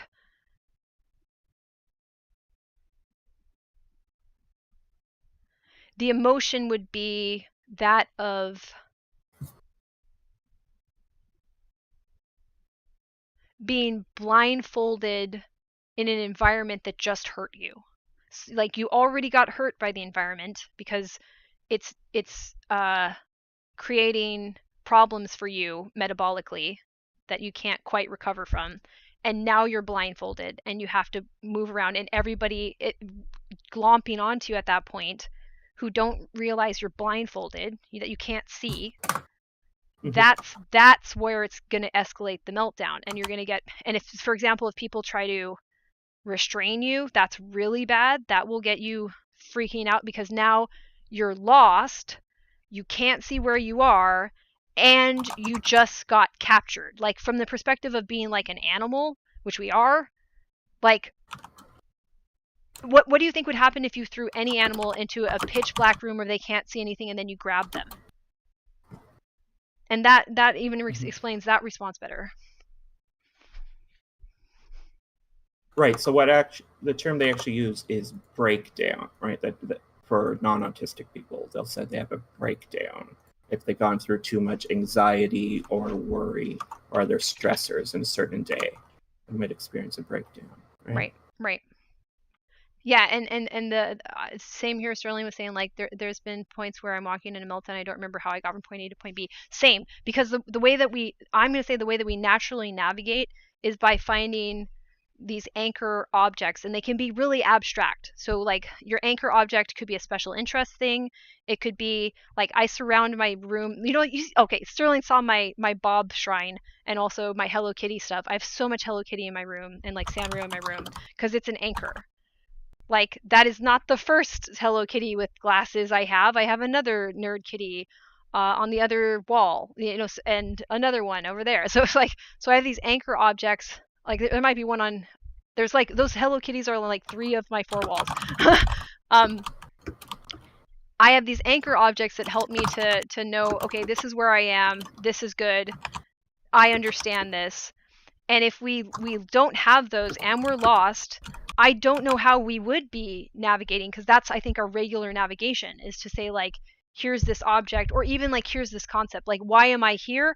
Oh, well, let's read philosophy books and self-help books until we have a meta narrative about why I'm going for me, like ballet. And I would say to myself the thing that I read in the book: I'm glad I'm here, I'm glad you're here, I know that I know. And I'd be like, yes, I have a profound reason for being here. Or one time I was having a hard time with ballet and like some of the social stuff, and somebody said that like, you're there to learn, and if you communicate to the teacher that your purpose for being there is to learn, then you'll be okay. And I was like, oh, right, okay, I'll just make sure that I'm at every moment communicating that my purpose for being here is to learn. And the concept of my purpose for being here is to learn helped me to know where I was, and that I knew where I was. Meanwhile, I always struggled to like literally like not run into people in ballet, even after doing it for like 20 years. I can still run into people and not be aware. So, we can improve and mask the amount of spatial disorientation we have, but I'm saying that like the way people think about life is an extension of that metaphor. And I built this off of something called embodied cognition, which is this idea that the way that we think is completely informed by the fact that we're in human bodies that are subject to the laws of physics and have, you know, specific organs, and we're used to having those organs. So we have like a lot of George Lakoff is one of the main people from that. Him I like a lot, but I actually really like his collaborator a lot more. I always blank on his last name though. Mark, what the hell is your last name, Mark? God damn it. I'm gonna blank on that for now. But Mark something or other. His books are, I think, better. But Lakoff and him developed, and Lakoff, they call them Lakoff's metaphors. If you look up Lakoff's metaphors, it's like stuff like up is good, up is happy. So we have like embodied physical states or positions, statuses, and we create social meaning out of them. So I'm arguing that socializing is often people exchanging the social meaning that they've experienced as their embodied self, and that our embodiment is so fundamentally different because we're having this different way of navigating through space and understanding basic navigation. So because basic physical navigation is different for us than all of the socialization, that's why we have the social impairment. So the social impairment is downstream. It's not causal. It's not what autism is. It's what autism is manifested as. Right, and you can only do so much to say anything in the moment to mitigate. Right, exactly. It's totally unfair. This is why I like buttons and like cards. I got a button that I need to make sure I wear in stores, and it's not even really accurate, but it would be accurate enough for people. It says, "I'm autistic and anxious, please be patient." That's not strictly true. I'm not actually anxious, but they'll think that I'm anxious. And the way that I want them to treat me is probably closest to if they saw someone that was anxious. Like the most helpful thing they could do is out of their repertoire of like concepts they know and things they're familiar with. Most people have like total experiential blindness to autism, or if they don't and they've seen it, they've mislabeled it, and we don't want that label to be applied to us as well because it's shitty. So since they miscategorized our behavior, we don't want them to do it again. So I think leading with like, here, treat me like this is great. I got this one on Etsy. If you want a link for that, let me know. But yeah, and they have different buttons, and you can get a custom one too. And it's just like, it's a big ass button, like it's as large as my palm basically. And just walk in and be like, hey, I need you to be cooler than you normally are, thank you. Like, I need you to be extra cool, thank you.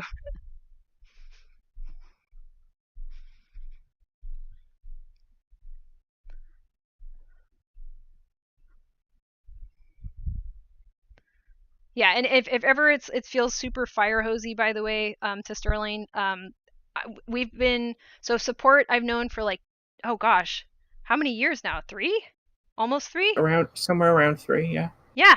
So, and this has been like an evolution from going to Twitch and just meeting other people like myself and wanting to share about my diagnosis, and then just realizing, oh, we can like brainstorm and work on this together. So, and my forte is research, I would say. Like, I don't research all the time because I don't get paid to do it, but I spend a lot of time looking at papers and looking up lectures, and I'm consolidating a whole bunch of stuff.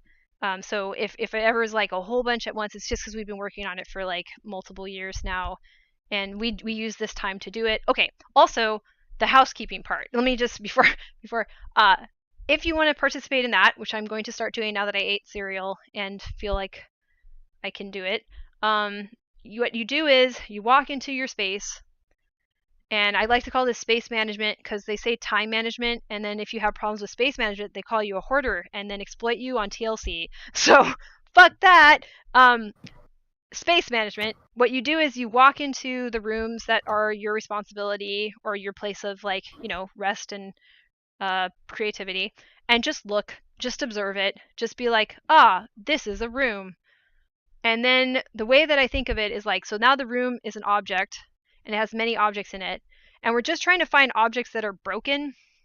So instead of like having lists or thinking of like to-dos or like goals as if you're running a race, we're going to say like, this object over here is supposed to be my clothes. It's on a chair. That means my clothes object is broken, because if it's stacked in a chair, it's very difficult for me to get dressed with it. It's much easier and less broken if it's a functional closet full of clothes. So then this clothes is broken until it gets into the closet. So we do it more about like almost like engineering and troubleshooting. But the first step is to like observe the objects, observe their brokenness. Be like, that is broken. Like there's a stack of dishes here. That's broken. Those cups can't be used because they're dirty. So they're broken. They're temporarily broken. So yeah, so step one is to just like, again, discover the objects that are your life. And I think like for us right now, because this is so new, it's a lot of like unbreaking it, and eventually we'll have more time to design solutions. So we started adding a Thursday as well, which not everyone can do because of the timing, but if you're available in the afternoon, it's the same time. It's 12 to 3. So we do like this Housekeep-a-thon thing on Sundays and Thursdays now, so to get a little more headway instead of just unbreaking things. And the frustrating thing is that some things just continuously break. So like dishes continuously break because they get dirty. So you have to keep unbreaking them. But this this way of looking at it creates a little bit more coherence with how I think our brains actually work. And then we start to abandon like all of the things that don't serve us potentially, which is like, and neurotypical people could think this way too, is what I'm arguing. If the region of the brain that we rely on was knocked out in neurotypical people, they would be like kind of vegetative. So they're fine. They can also do this, but they may not prefer to. But for us, it's like, it's not a preference. It's, I think, a requirement. So yeah, that's my spiel. Okay, and now I'm going to start doing stuff. Unbreaking objects. Like my desk is broken because it has my dog's food in it. My dog's food is broken because it's not in the dog food area. So nothing, this is all broken. And now I unbreak it. I repair it. And then we get to think of ourselves as little tinkerers. The little Tinkerbell pixies we are.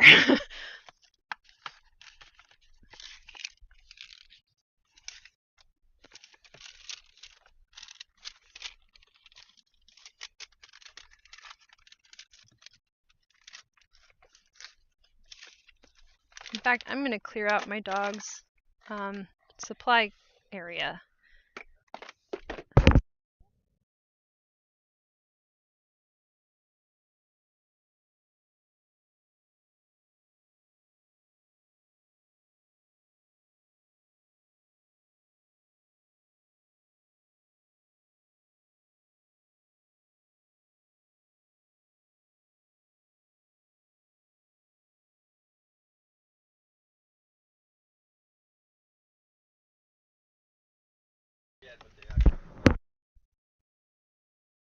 Sorry, my dad was telling me I'm going to meet up with my brother and his boyfriend for lunch tomorrow.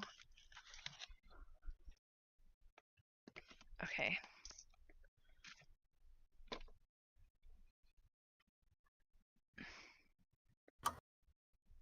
So I created this object, a piece of paper with writing on it, as part of my cognifactoring. And now I just have an object, and I have to, like, I don't want to throw it out, but that means then I have to have this object from now on. And it's just like, I have no ability to easily sort and store a bunch of different pieces of paper with completely unrelated ideas written on them, and it's just a massive headache. You know what I might do if I were you? Can you take pictures of them and put them in a photo album on your phone? So I can absolutely take pictures of them, and I often do. But then they're just existing in a digital form as well. So should I throw the paper out? Yes, I would do that because then you don't have to worry about the paper, and also the digital form that exists in eventually will be searchable by an AI in the not too distant future. So if you never deal with it in the near future, you probably can have it deal with it for you in the not too distant future. Would be helpful. I see. Yeah. Right. As many physical objects as I can, I should decorporalize. Yes. Decorporate. Right. Because then your special interest objects get to use more of your physical space, which is often limited for us because we're fucking poor all the time. Yay! Autistics are underemployed or unemployed.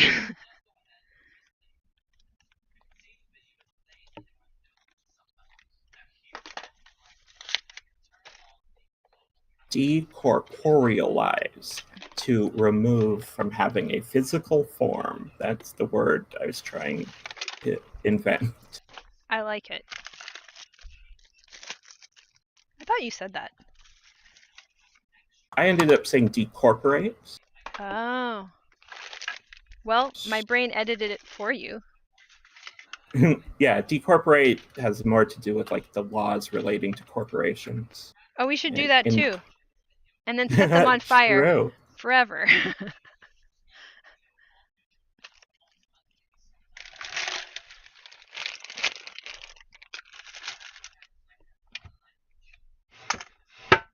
Okay. What is this?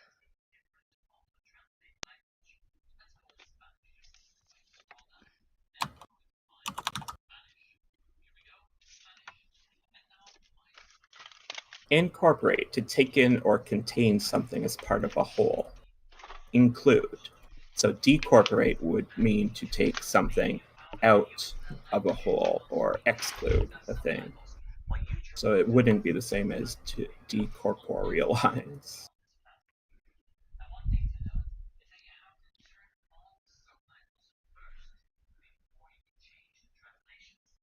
Also, I can save your notes to my area as well.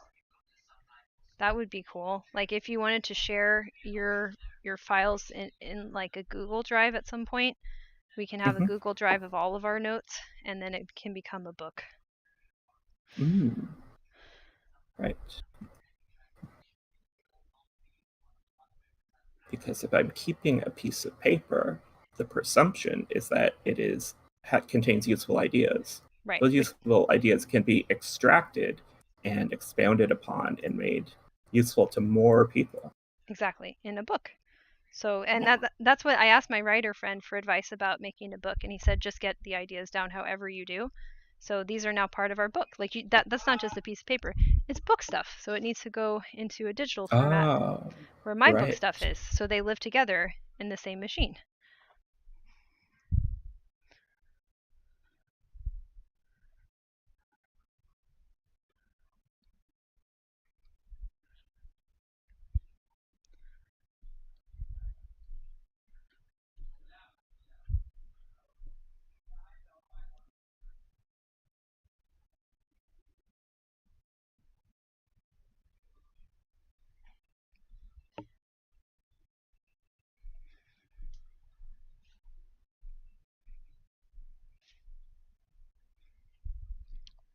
Right, and so, well, even keeping it physically, this now gives me a category under which to file it, right? I can say this is part of the great work that the coterie is working on, right?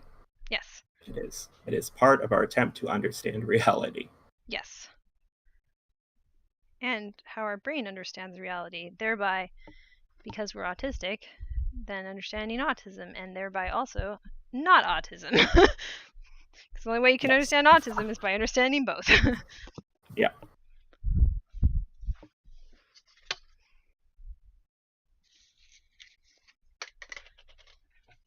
And that might that's our best chance of people actually helping autistics, is if we also have the not autism stuff figured out nicely. They'll be like, oh, actually this is valuable to me too, to understand it this way, and then it creates the understanding about autism. So they'll understand themselves differently as well in a way that's helpful by understanding us in a way that's helpful. That's where we're trying to get at. Because basically, like, neurotypical people are existing in like a series of delusions. for evidence of this, see their history. Like, well, our collective history as humans, right? Like, I don't want to separate us like we're aliens, but look at what humans did. You know, like they're not operating with a good set of like premises. Like, that's crazy.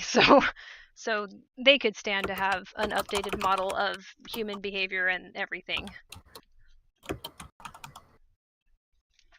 Stirhawk is currently at a fabric store buying more fabric that they don't need, which I'm like, oh, I actually need more fabric that I don't have because I bought a sewing machine so that I could learn I did to too. make Hey! clothes and stuffed animals, but I can't afford to be like going out and buying a bunch of different fabrics to learn with. So I ended up just sort of like, okay, well, I'm slightly further on this planned learning experience because now at least I have a sewing machine. I But I still also don't have the other object. I also have a sewing machine, and I Yeah. also want to learn to sew. So maybe I just saw 3 people who have a special interest convergence potentially. So hey, wait, I just noting that. That's Also, true. Sterling should join the Discord. PS if there's time. Sure, I'll put a link. Yeah. Yeah, Sterling, I got a Janome sewing machine because it's like an intro one, and it was the mint color that's in all my house, and then all I've done is put googly eyes on the knobs. So but I want to make, like, my first thing I want to make is like sports bras because I like wearing them all the time, and I was like, why don't I just make my own in the style that I would like, and then maybe, you know, some like leotards and stuff, and I don't know what else. But yeah, sewing would be cool. But I think like maybe you don't need it, but like honestly, I think you do because it's a special interest, and you need that special interest to be your anchor. And if anything, like, I think our houses should be designed around our special interests, and that's where things are going wrong. Like, we should be able to filter out everything that's getting us away from our special interest, including just physical design of architecture, and live in special interest paradise when we go home, because the thing is, like, if we learn about our special interest, we learn about the entire universe because it's an anchor object, and we use the anchor object because we can't navigate spatially like a normal person. So what we do is we learn everything about objects that exist in reality to then infer what reality we must live in. It's like, oh, well, if this has this properties and acts like this, well, then this must be the universe I live in. So your special interest objects teach you about the world, and do them. This is not enabling. I'm sure some neurotypical person could make that crack. No. I think this is like essential.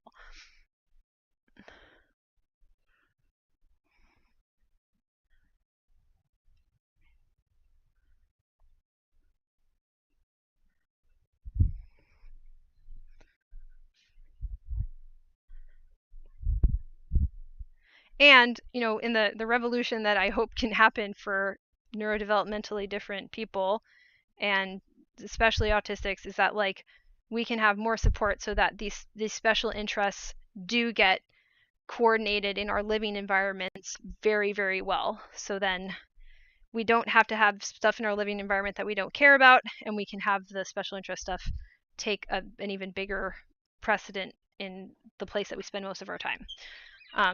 And that's part of why we do HCAT, is to create as much of that on our own as we can. With well, not all alone, you know what I mean? We're doing it together. Okay, now I'm going to put Merlin's stuff away. Okay.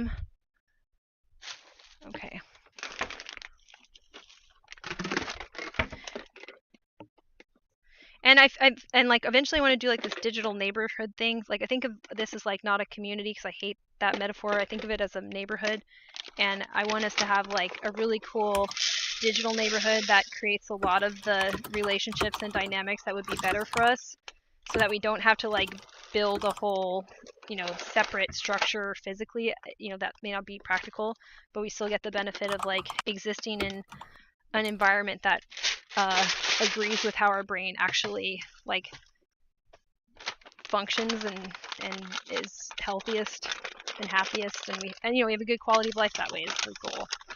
Yeah, big thing for me is improve quality of life for all neurodivergent people, but particularly the ones that I have the kind of brain that I might be able to contribute to. Like, I want everyone to be better, but I think for us this is the stuff that will have a big impact if we can get these special interests fully supported, and we don't have to like put off engaging with our special interests because we'll just burn out and never be able to work again. Like, we have to.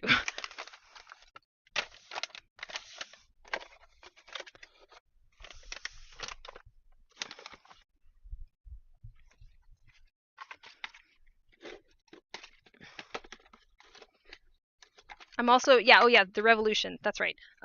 Yeah, I think there needs to be like a amendment to the American with Disabilities Act to actually support people who are autistic and neurodevelopmental disabilities, because it doesn't.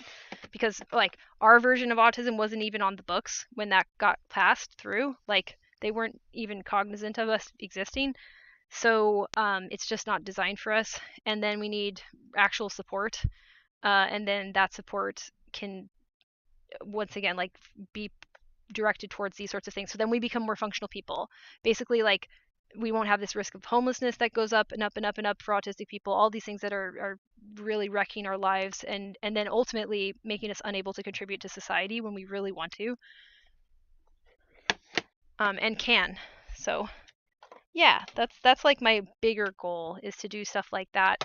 And goal. That's what I want to build, and it can only be built together. It can only be built with a whole bunch of autistic people working on it and trading ideas and refining ideas and just being open to these conversations. That's the only way it works. The only reason I think the idea, like why I'm pushing for the idea, is just luck. Like I just happen to have the right combination of things. But then we shouldn't have to be lucky. We should just have to be alive, alive to have any of these ideas developed and ultimately become much bigger than anything we're talking about today. We shouldn't have to depend on luck to be okay. That's crazy. And that's, I think, the state of it right now, is autistic people just have to depend on luck, and you'll run out of luck. Like I this is also an act of desperation for me. I was like, I needed to stop relying on luck. So I was like, I have to make these ideas that I think make sense go somewhere and get better, and the only way to do that is by talking with other autistic people who also can work on these ideas in the way that I think autistic people are good at. Like we became very good at this kind of thinking. And I think it's nice for us to get to think this way also, because like this is how we navigate the world all the time. For it to actually navigate us towards a better life, a brighter day for all of us, fuck yeah. Finally. Not just to survive.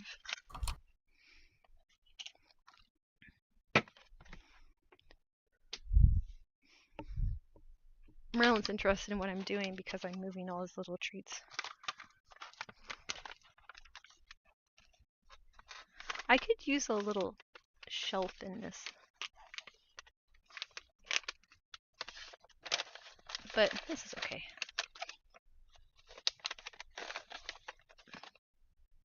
Here you go, Merlin.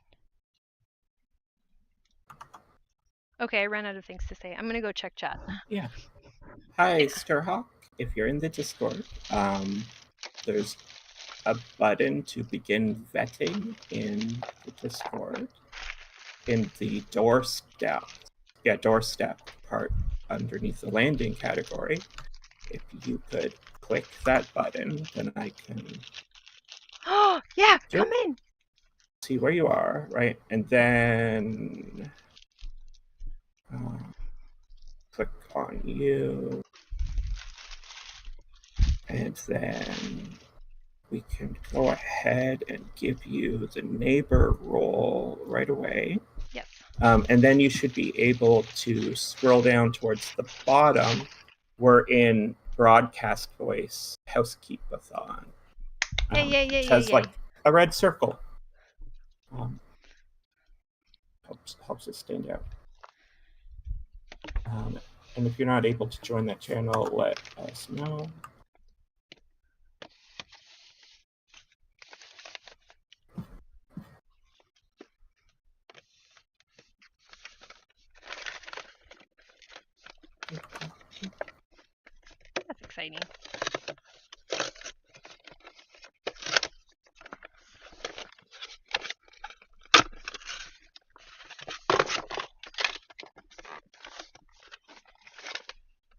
I just realized I could take the cans of wet food out of the box, and then I can organize them in a little tower because they're variety flavored, and then I can pick up a new one each time because they'll be alternating between. That's good.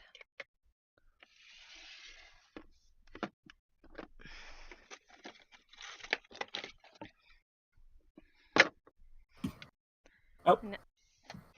Okay, so Tosonder is in a voice thing, which means... Can we move them over? I can move them over. Great. To where we are. Hello.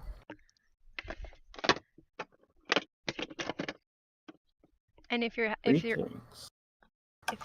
is your audio working? You might have to. Oh yes. Wait, you can hear me? Yeah. Hi. Am I in the right spot? Wait, I don't know where I'm at even. So I moved you in here once you were in. Oh, thank you. Okay, cool. Hi. Hi. I'm at the store right now, so I'll put myself. I don't know how to put myself even on mute. I don't really use Discord very often. Oh, here I see it. Yeah. Okay, got it. Okay, so if it gets loud, yeah. What were you saying? You were talking about at Scrap. Where do you live, Jane? You live in San Francisco, right? Yes. Do you know Scrap? No. You would have so much fun. Oh boy. Okay. I'm writing this down. I can't handle. I always leave with fabric because literally they'll do like a grocery bag for like $5. Wow. Okay.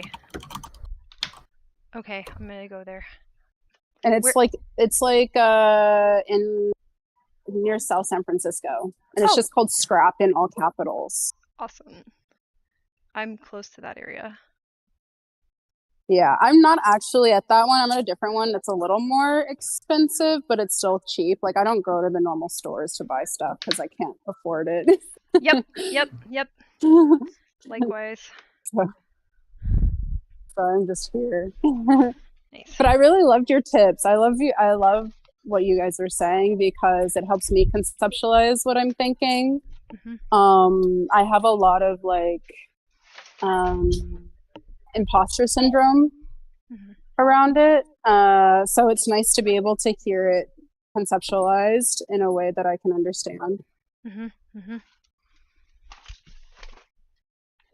Yeah.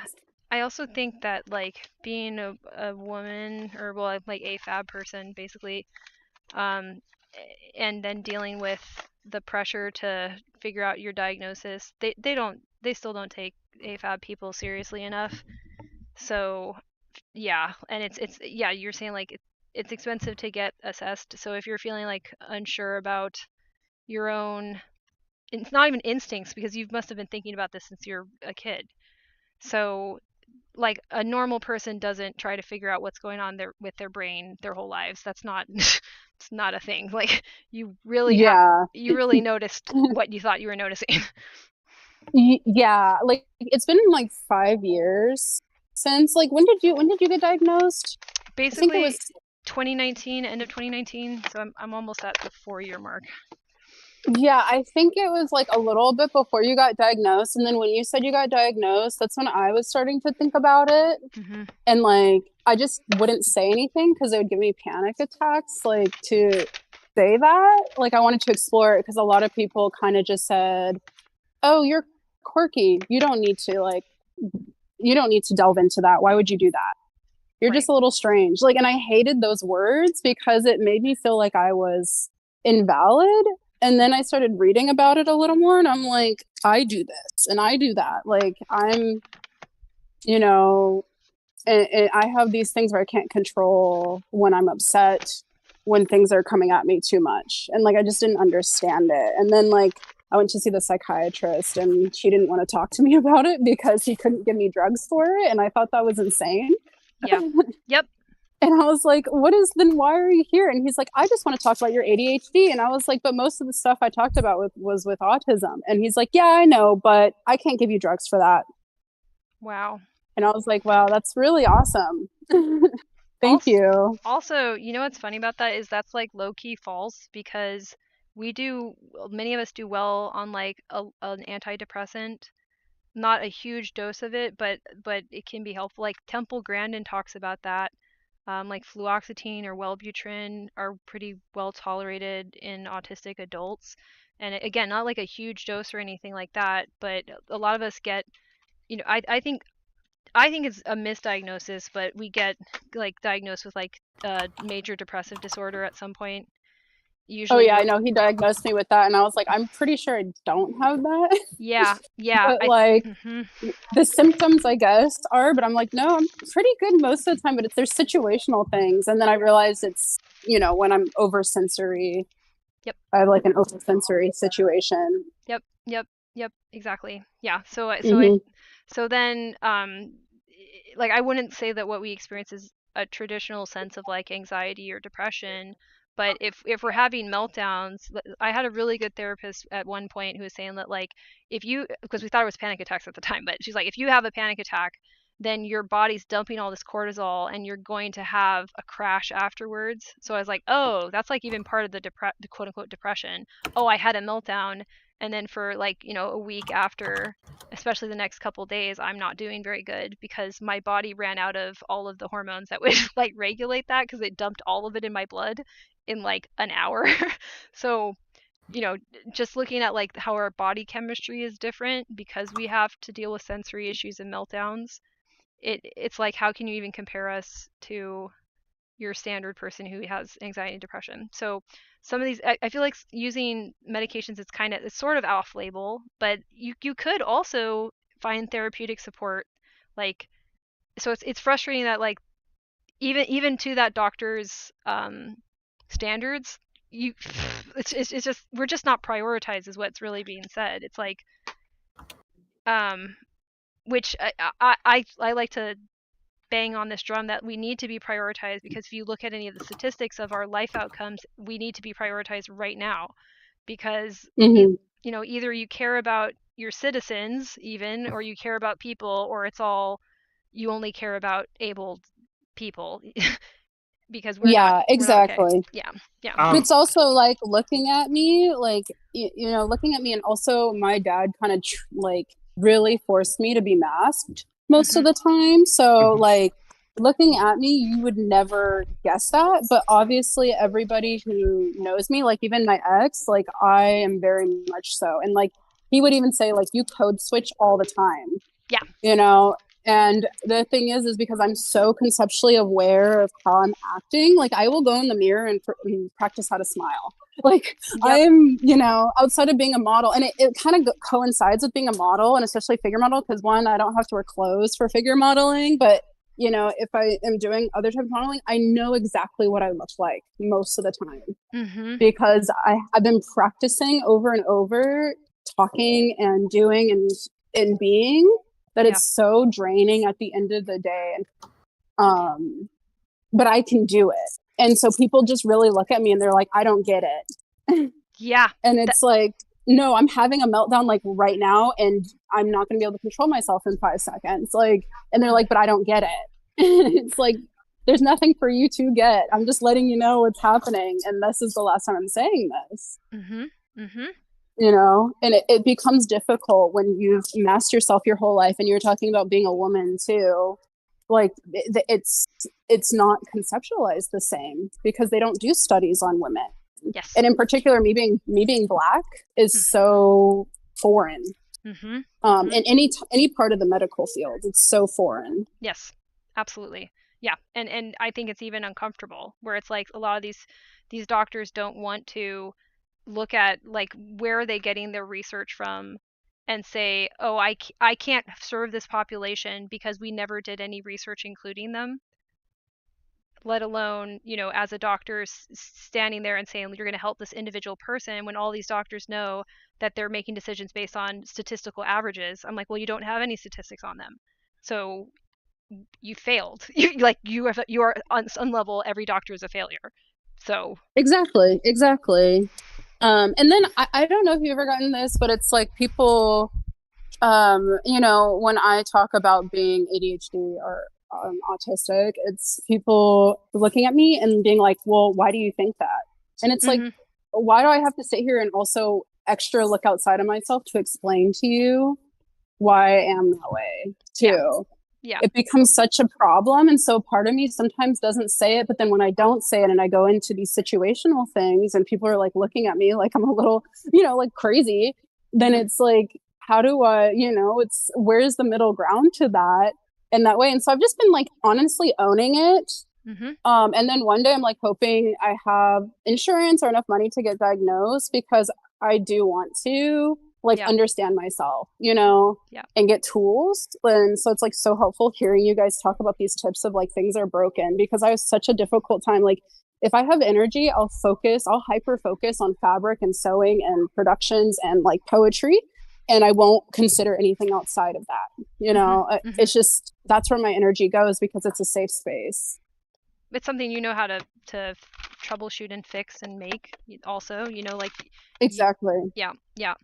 And that's important for your self-esteem. I think especially given where society would leave you. You need to have things where your self-esteem is getting built up. And also like you being good at that does matter, So it's like I think that's significant to acknowledge that some of the things that we struggle with, maybe they don't even matter that much, but they're supposed to be easy for people to do. And they're not easy for us to do.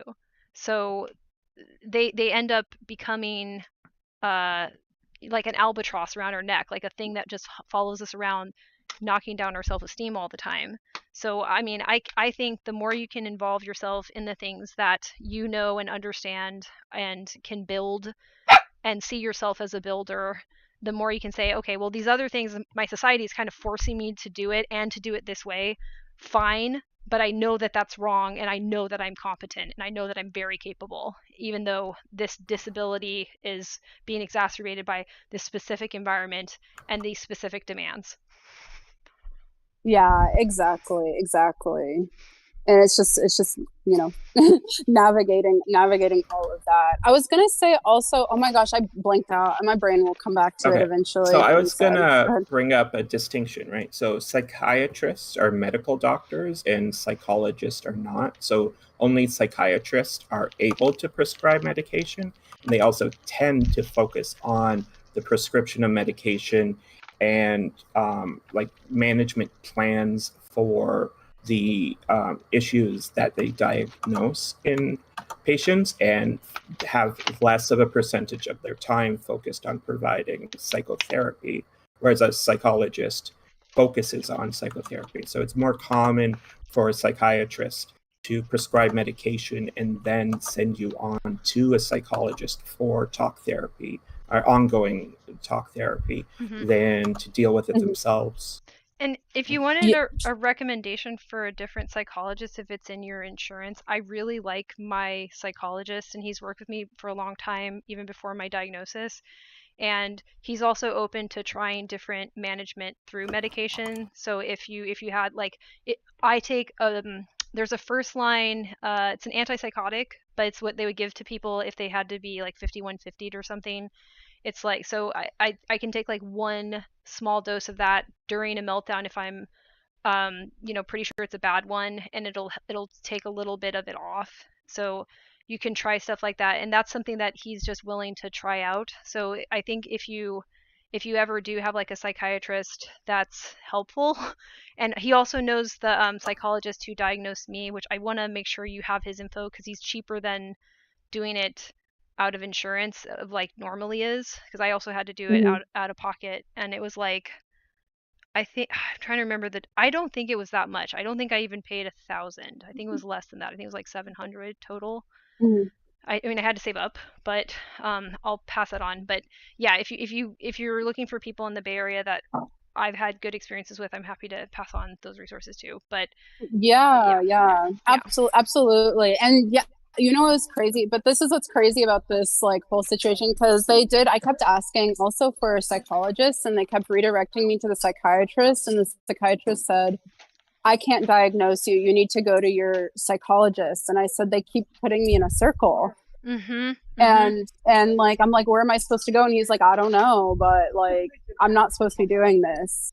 And I was like, but that's what they said you're supposed to be doing. Right. And it was just such a circle. And that's why it was really confusing, Yeah. My wife's American, and she had an extremely difficult time getting any doctors to actually give her, shoot, I forgot the word, saying, yes, you have this.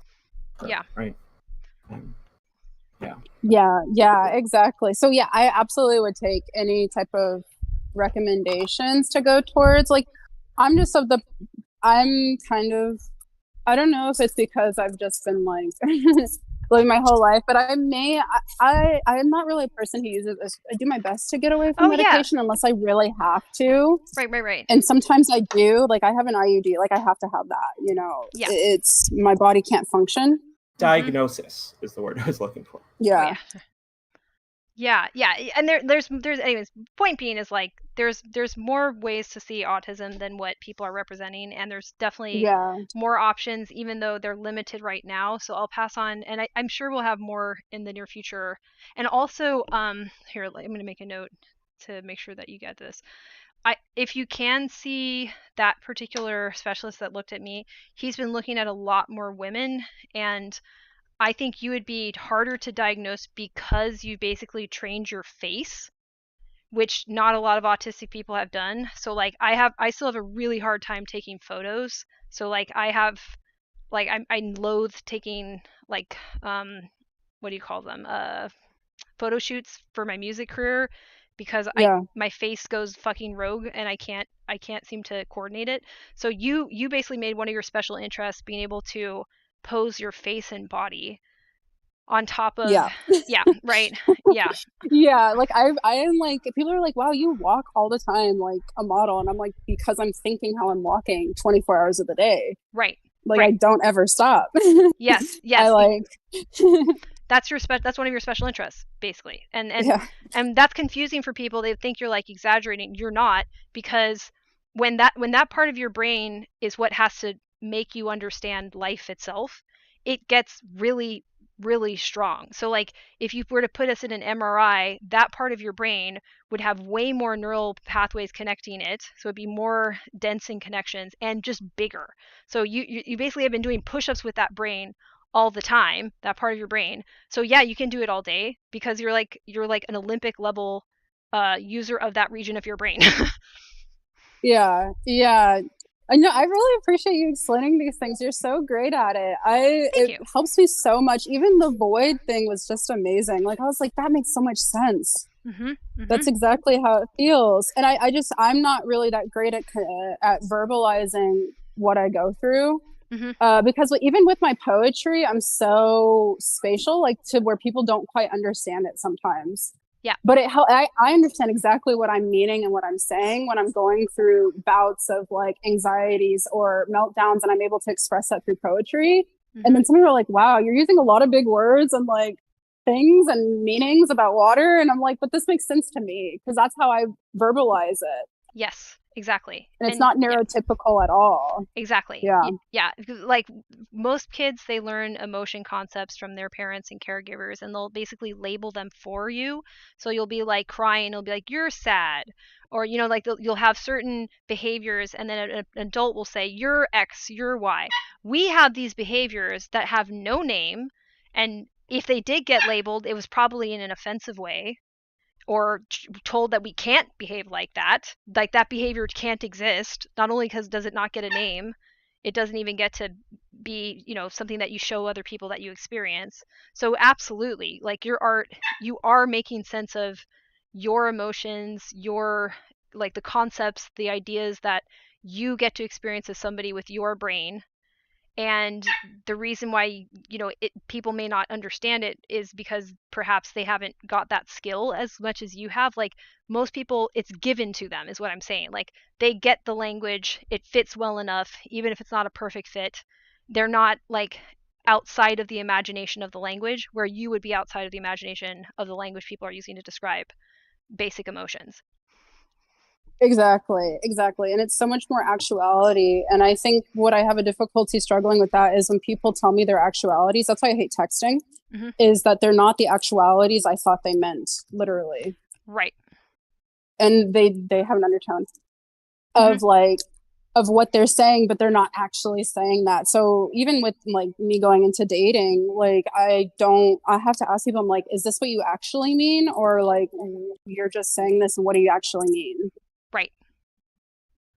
Yep. And the meaning is going to be crucial for you because you're not exchanging information that's like implicit about some shared experience. Why would you know what they mean when everything that you do has been built on like a different set of understanding the world? So yeah, you have to know.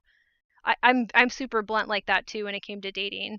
Like I made an essay that was like 7 pages long after I got my diagnosis. That was like mandatory reading assignment that explains my autism and just like what it is. And basically I used it to also make sure that if somebody wouldn't read it or care about it, then fuck them. Like I was like, oh, I won't be able to deal with you. And I was saying like I don't do subtext. And like I said, like, if you try to make me use subtext, it's kind of like a duck trying to fly a rocket ship. Like, I don't fucking know what to do. And the more direct somebody can be, the easier it's going to be for us to, like, manage everything that we already have to translate about the world as best we can. And then not have to waste any more resources paying attention to this person who's, like, confusing and not being clear about what they want or what they intend to do or what they are doing. That's just that's going to lead to a meltdown too. You know, like there's no extra room to deal with that. Exactly. No, exactly. It happened to me recently, and like, because the only way I can help myself is to ask, what are your intentions? Like, just being extremely blunt. Yep. You know, what are your intentions with me? Because even if you're like, well, obviously I'm showing you that I'm interested in you, is what the person is saying. Why don't you get that? And I'm like, because you have to say it to me, because your way of language is completely different than mine. And obviously I'm an adult. I understand this. When I was younger, I didn't get it, you know, but as an adult, I'm like, yeah, there's patterns people have, but I don't see or conceptualize this pattern. So I need to understand. And then it like makes people really either intimidated by me or like leave, because they're just like, why is this person not understanding what I'm doing? Right. Or how I'm translating this. And I'm just like, I just need you to tell me, because I can't see outside of myself. And so dating becomes really hard in that way.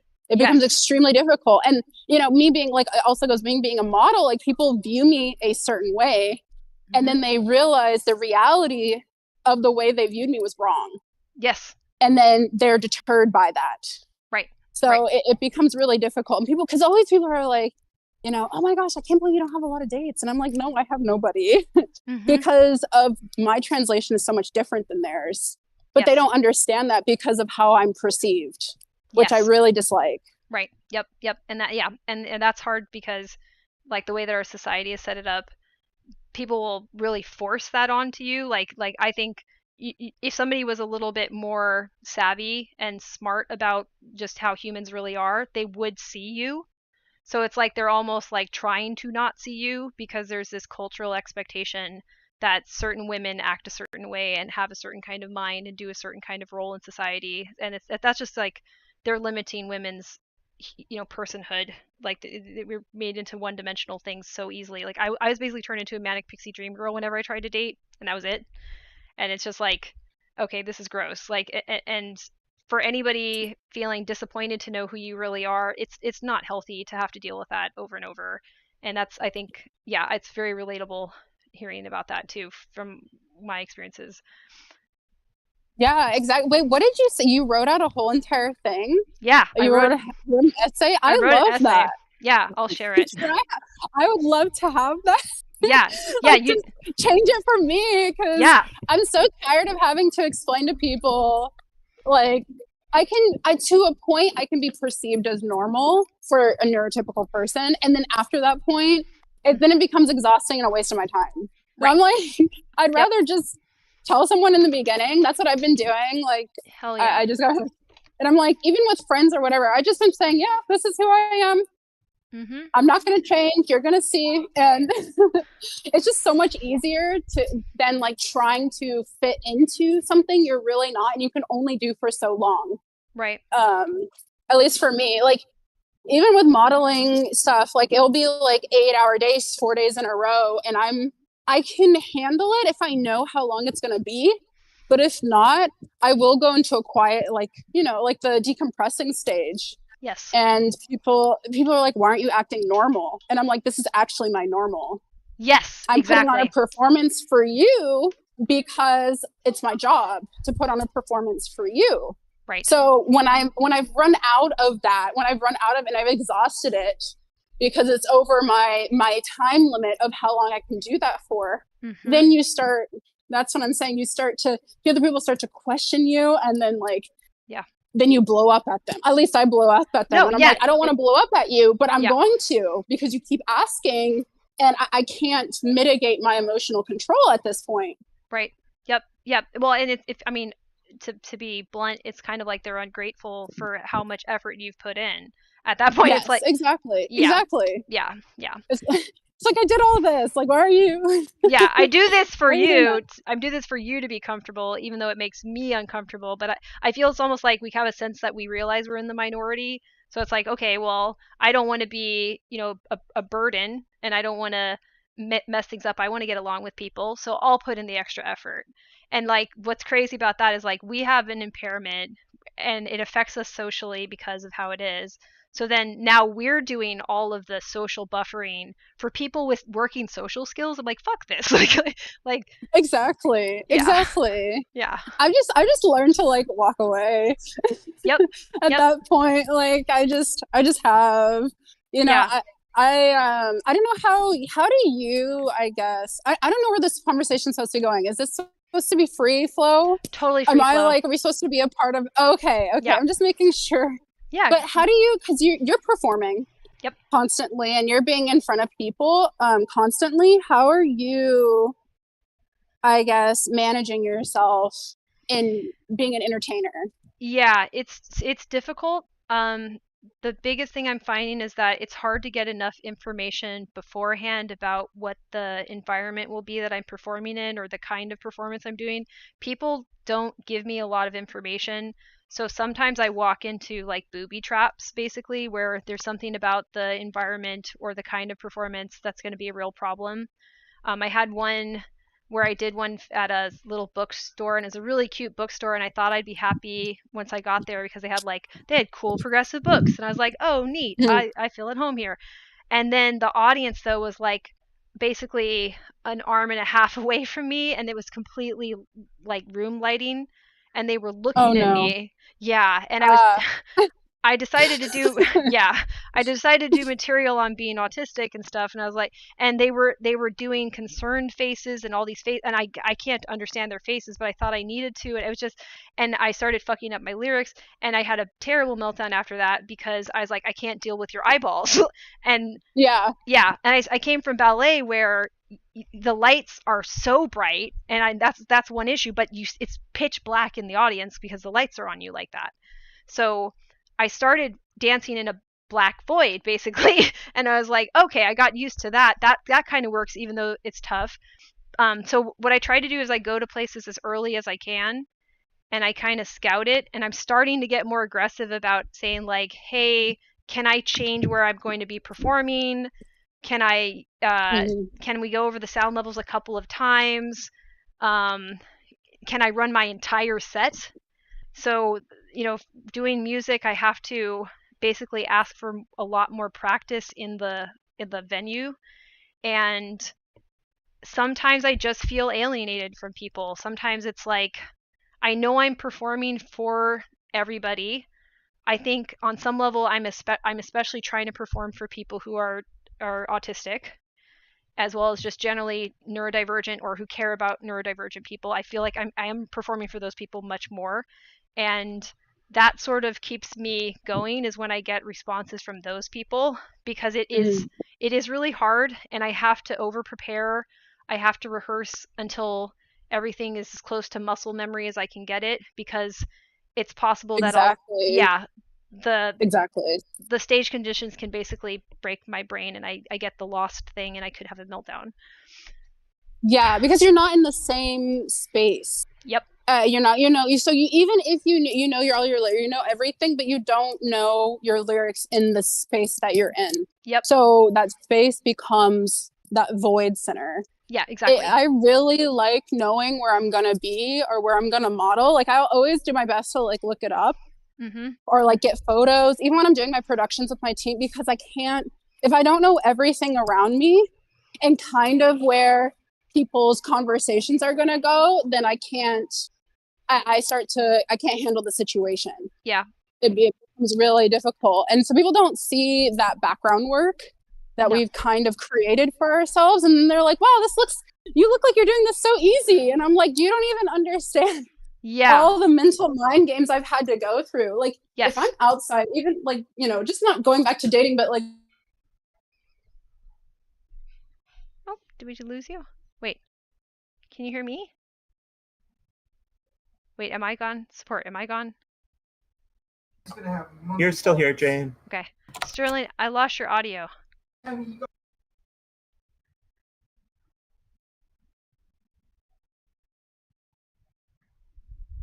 No. Can you hear me? Yes, now I can. Oh, okay. It just cut off when you're saying going back to dating, and then we lost you. Oh, just real quickly, but it's just like meeting new people outside of the sphere of specifically art or even specifically rapping or, you know, specifically being my poetry.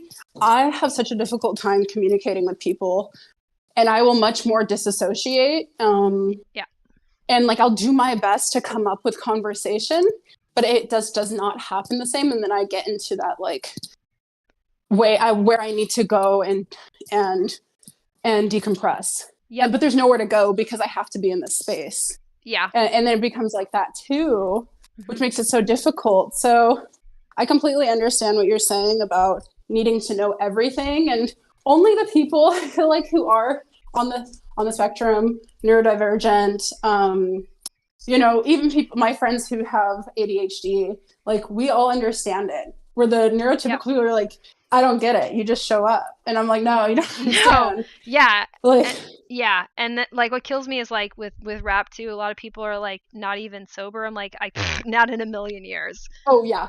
Like, yeah. There's no understanding at all because everyone's in their own world and being extremely drunk. Right, exactly.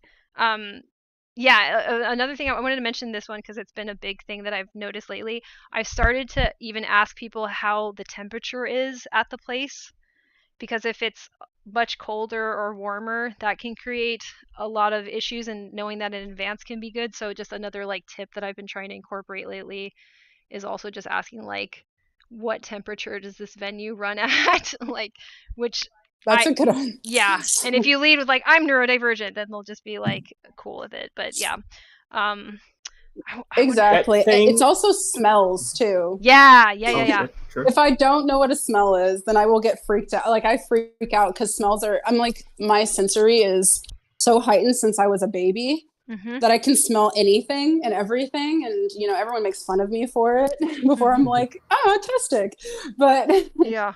Like that like creates a meltdown environment too. Yep. Is that for me really seriously, and tastes and textures, but smells mostly because I have to be at certain different areas, and if the smells are just off, I just like I won't be able to focus or even communicate with people. Yeah, and that can be a problem. Really difficult. I've had some venues where like the nicer shows that I've gotten to do that are a little bit higher standard for what they expect to do for the artist. I've been able to like ask if there's like a place I can go to like decompress if the green room is full. So but then I have the problem of like, what if that room smells weird? Like, it can be a whole thing. Yeah, no, I understand. I'm in agreement. Yeah, to jump on that topic you were speaking about, with like not being able to talk to people who don't share a common interest with you and that environment. Like the way that I talk to people, I have one main way to talk to people, and that is to like talk about a thing that I find interesting and they find interesting and share my interest in it. Or similarly, to talk about a problem that one of the two of us is analyzing, and to analyze it together and to, you know, add on with to that problem, and it's information I can think of that's related to it, right? And when it comes to like the certain activities that I'm really interested in. All of these, the people that do these activities build a subculture of their own of how they interact. And if I've been in those areas a long time, I've picked up some of the things related to those subcultures. So I do know a little bit of how they particularly interact. But more importantly, I have more overlap of interests with them, so I can rely on being sociable through our shared interest and use that to gloss over any failures in their normal communication style they're using. Right. Yep. So you're saying kind of what I do. I learn a little bit about everything, and that to mitigate all of that. So I do my best to like learn something and to have that in my brain so that then we can connect, and then hopefully they take over in that way, and then find that shared interest. Right, because if you have no shared interest with someone, it's going to lead you to small talk and these other forms of social engagement that I still don't understand and actively dislike. Right. Yeah. And so what I do is if I don't have an interest with someone, I don't talk to them and leave if I need to. Exactly. Because the conversation just won't be an actual conversation. It will just be me staring at the person and being like, wow, I'm going now. I don't like being here.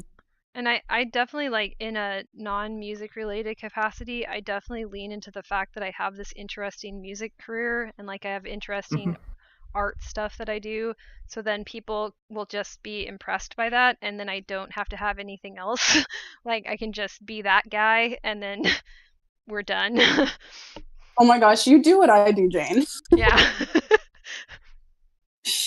I'm like, okay, the only thing I can talk about in these instances, I can talk about myself and my special interests. Yeah. And I will just go full on and then hope that they like don't notice. Compared to me, right? So people ask me like, what have you been up to? What do you do? What are your interests? I usually just blank because there's nothing I can say.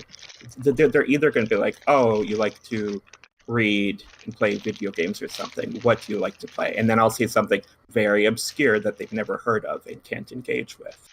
Or I could talk about a specific idea I've been working on, which I did to my mom and dad. I told them that like, oh my gosh, I'm so excited. Jane and I have been talking about the fact that the concept of memes and memetics hasn't been extrapolated to trying to build a memetic health system of basic care to take memetically and spread throughout society so that people don't get infected by harmful ideas that, you know, make their lives better and prey upon them. And Jane and I were going to try to work on a book for that. And then my mom's just like, okay, I feel like a plane just flew overhead because I have no idea what you just said. Right. And so I'm just like, why even try at that point? Yeah. I'll just say, oh, I'm up, not much.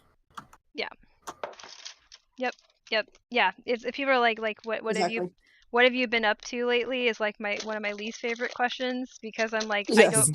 I don't you want me to like download everything that happened in my brain you know, to you or something? Like or what are we that's not what they mean by that question, but it's like, if you mean like what do I do with my life, I'm like, well, now I have to semi-lie if you want to know that, because I'm like sort of ashamed that like I don't hit the markers of other people my age for like quote unquote success. In this moment, I'm realizing that one of like a true answer to one of the things they're asking about is like, I would say, oh, I've been struggling to meet the basic needs of being a human on a day-to-day basis. Right. Like that's a lot of what I'm doing. Yeah. And then I spend a lot of time engaging with entertainment to sort of recuperate from the fact that the basic building blocks of a day as a human being are so draining to me. Yes, and that you have to prepare for them mentally and then try to troubleshoot. Right. Yeah. Or I had an appointment last week. So last week what I did was I prepared for that appointment for 3 days, and then I recovered from that appointment for 4 days. Right. Yes. Because I had a half an hour appointment with someone I hadn't talked to before at a place I hadn't been to before. I wish I could answer that shit, honestly. If they want to, like, how are you doing? Then I could say shit like, I'm testing the limits of how far dry shampoo can go before I need to shower. That's actually really funny. You should say that. I think I will. You say that. Yeah. Well, that's the thing, right? I'll report back. As we get older and we are more independent, we should be able to put away these rules we built for ourselves of having to mask and meet their social conventions, right? Right. If you do not rely on the person you're talking to for a thing and therefore have to mask to maintain that thing, why are you masking, right? Stop masking by default. Right. I'm working on that. If they don't like it, then they'll walk away and not talk to you. Right. But you didn't have to navigate anything. You just got to be yourself. You didn't have to either do a bad conversation you don't like or extract yourself from the situation. They'll just leave if they don't like how you really are. Yeah. Right? We're no longer children who used to be, abused, bullied by others for not being how they like we are. Right. Yeah. Like I used to, and the reason why I guess my special interest is like, I used to not move. I used to be super silent walking and I wouldn't move my arms because I didn't understand the point of moving. Like I don't understand it still. Yeah. And so, people would bully me into quickly, that. Moving your arms is part of balancing, right? Because as you walk, one of your legs or the other is going out and your hips are shifting. And you swing your arms in counterbalance to that. And it just helps your body balance as you're walking along. Yeah, I don't do which it was much funny either, because I don't. I just didn't like if I'm working out and I'm using the Stairmaster, I won't even move my arms. I will go right back to my default, and I'll just straighten. But I don't know if it's because of the way I walk is like counteracting that. I don't know what happened. I mean, I move my arms now. I'm very conscious about it. But it was like when I was younger, though, I didn't understand that. But people are like, you're weird. Don't do that. Yeah. And so you're going back to like, needing to have an agreeable way of being to get, what you want. And like my parents would be like, don't do that because you're going to be seen as not professional or whatever. And so it's like, when you're younger, you kind of have to do all these things to get to receive something. But now as we get older, we have to take away that habit and realize like I am making money for myself, so I don't like what are they gonna do for me in that way, honestly. Probably, by the way, like that's so funny because I did dance, right? So like I can read and walk no problem like anywhere, and people are like, how do you do that? I'm like, because probably don't need my arms at all. I was like, what do my arms do? They kind of just dangle there like spaghetti noodles. And I never fixed that. But I can't read and walk because I'll forget that physical reality exists. Well, I did ballet for like I did ballet, so I walk with like charm school posture all the time. My spine's like just stacked. Well, so that's so interesting. So we have differences in how we develop from the ground up, right? So it's like why? How are you able to do that? And we do have like dyspraxia and like difficulty with movement and coordination, which again gets back to like I think this is really fundamental to how our brains experience being a three-dimensional person in space. So like those differences that people clocked them and then said, the problem is that you're socially different, stop doing it, when it's like this is how I have to figure out moving. Everybody gets to just figure out moving, but if the way that your brain figures out moving looks weird, then you have to interrupt that process. Nobody else got interrupted. That'd be like taking a neurotypical person and then microanalyzing all the ways they walk at like a young age. So like it makes sense why your special interest would be centered on correcting that too. It's like you can't be harassed your whole fucking life is basically it, Yeah. And exactly. like the idea that just because you do something weirdly, like differently than others, that this is bad and you have to not do it that way is so horrible, right? Like there's no reason not to do things a different way than others do unless it's actively causing problems. But they act as if simply doing things differently is a problem. Like it's right? harming your body And, or mind, and it's not. Or everyone around you as Right. well, right? Right. They act as if like you are being different than anyone else.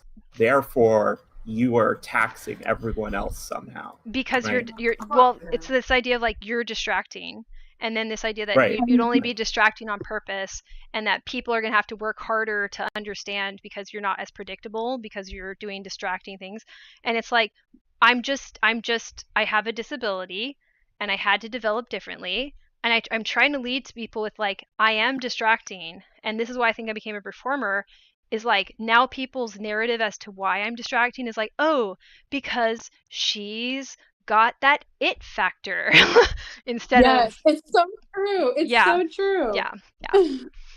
Whereas I internalized this idea that find it acceptable. Yeah, exactly. People found me weird and I couldn't stop being weird. So I was like, okay, I need to stop being noticed. I just need to not have people ever notice I exist. Right. And then they can't notice that I'm weird. Yeah. It's basically like our two options. Hermit or shiny person. Yes, exactly. You know, it's funny because I think of someone like Tyler, the Creator, who's like so, but it's I feel like that's such a good example of like if he was just a normal person, we'll say, and not an entertainer, then everyone would be like, that's weird. Why are you doing that? You need to stop. Right. But the fact that he's on stage gives him the bypass of that, which shouldn't be the case. It shouldn't, but I get why it is, because like it is. So I think like people are more sensitive to like just basic metabolic demands than they realize, because we're still just like, animals that try to keep ourselves okay. That's basically what we are. And so it is like draining for people to be around somebody they can't predict, but that person giving them a story as to why they can't be predictable can be enough to like take down the uncertainty about it. It's like, I know why. They have this idea that they have to change that person, but all that needs to happen is they need to be given the story that they can use to predict that person, right? Right. So if they simply were able to understand what autistic people are like and why this particular one acts in certain ways, then it stops being an issue. They'll be like, oh, okay, they're doing that thing that they do. I understand that. I can ignore it. Right, exactly. Because that's ultimately, we don't need to have as much attention directed at us. And if you say that that's how you get treated, you can get blowback as well. I mean, like, especially depending if people are kind of misogynistic and you're a woman saying like, yeah, people pay more attention to you. They'd be like, no, they don't. No. I'm like, yeah, they do. Like, because I'm weird. And I'm like, I made a way to try to emphasize my likability so that people are going to walk away thinking more likely that like, oh, I noticed her because here's this positive quality that I associate with other people who are eye-catching. Instead of, I just saw a disabled person, which is the truth. The truth is they just saw a disabled person and that's why they noticed me. Yeah. Right. And I unfortunately developed the system of like, people walk away from me being going, oh, there's a person with no metabolic needs who helps out whenever someone else has a metabolic need. They're so amazing. Right, a caretaker. Yeah, incredibly taxing on me and also leaves me without the support I need. Yes. Yeah. There's something back about relationships that I wanted to circle back to. Like, this is from a while back, but I wanted to emphasize this. You know, when you were saying, Sterling, about like a person giving you signals that information that you can't read, and you have to ask them to be blunt, and then they're like, oh, why can't you just observe me and figure out what it is? The thing about it is like, we don't see people that way, right? But we listen deeply to what they are saying. So I'm like, look, would you rather I psychoanalyze your movements or listen to what you're actually saying? Like, who would you rather be? Would you rather be loved for the random shit your body does and the intentional things? The days that you're sick, but everybody thinks that you're mad.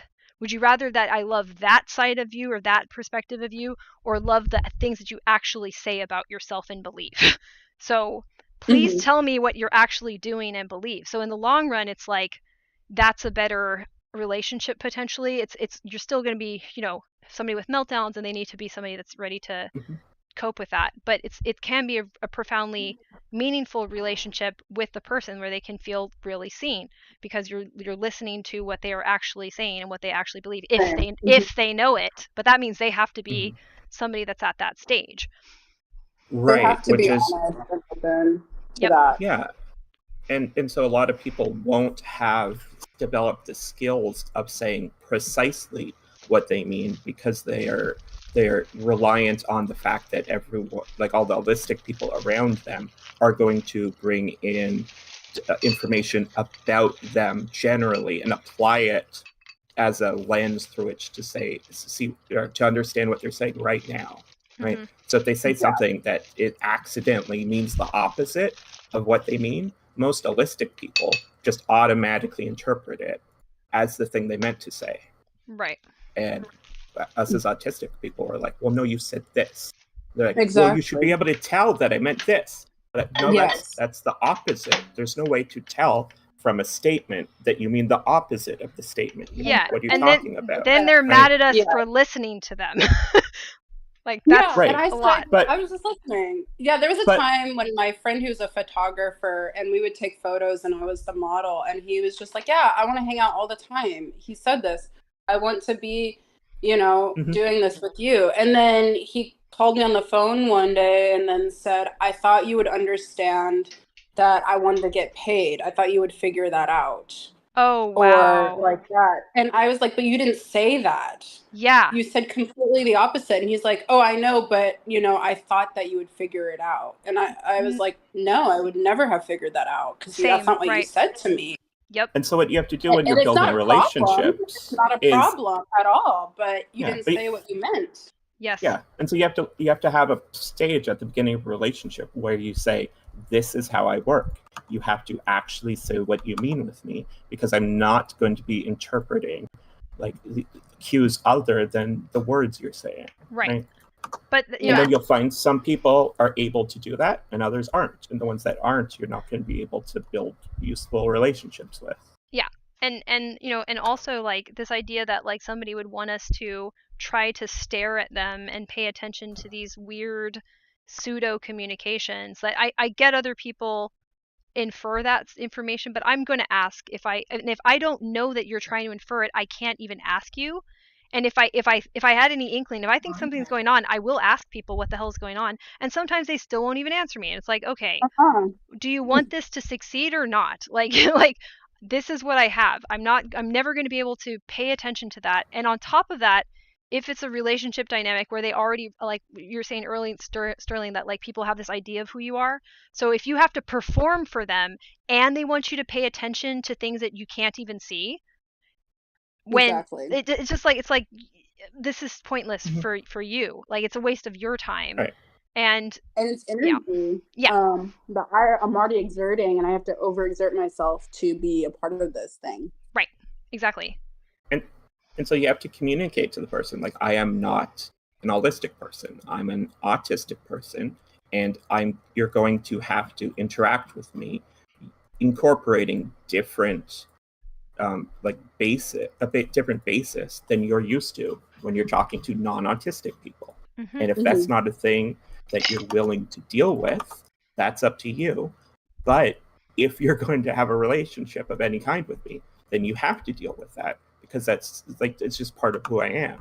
Right. Exactly. What I've learned with my production team, I always tell them beforehand, because I will go into hyperfixation mode, and outside anybody's emotions or anything outside of that, I don't care at that point. You can't. And so I tell them before I go into a hyperfixation, I say, you need to tell me if you need to eat or you need a break, because I will not care.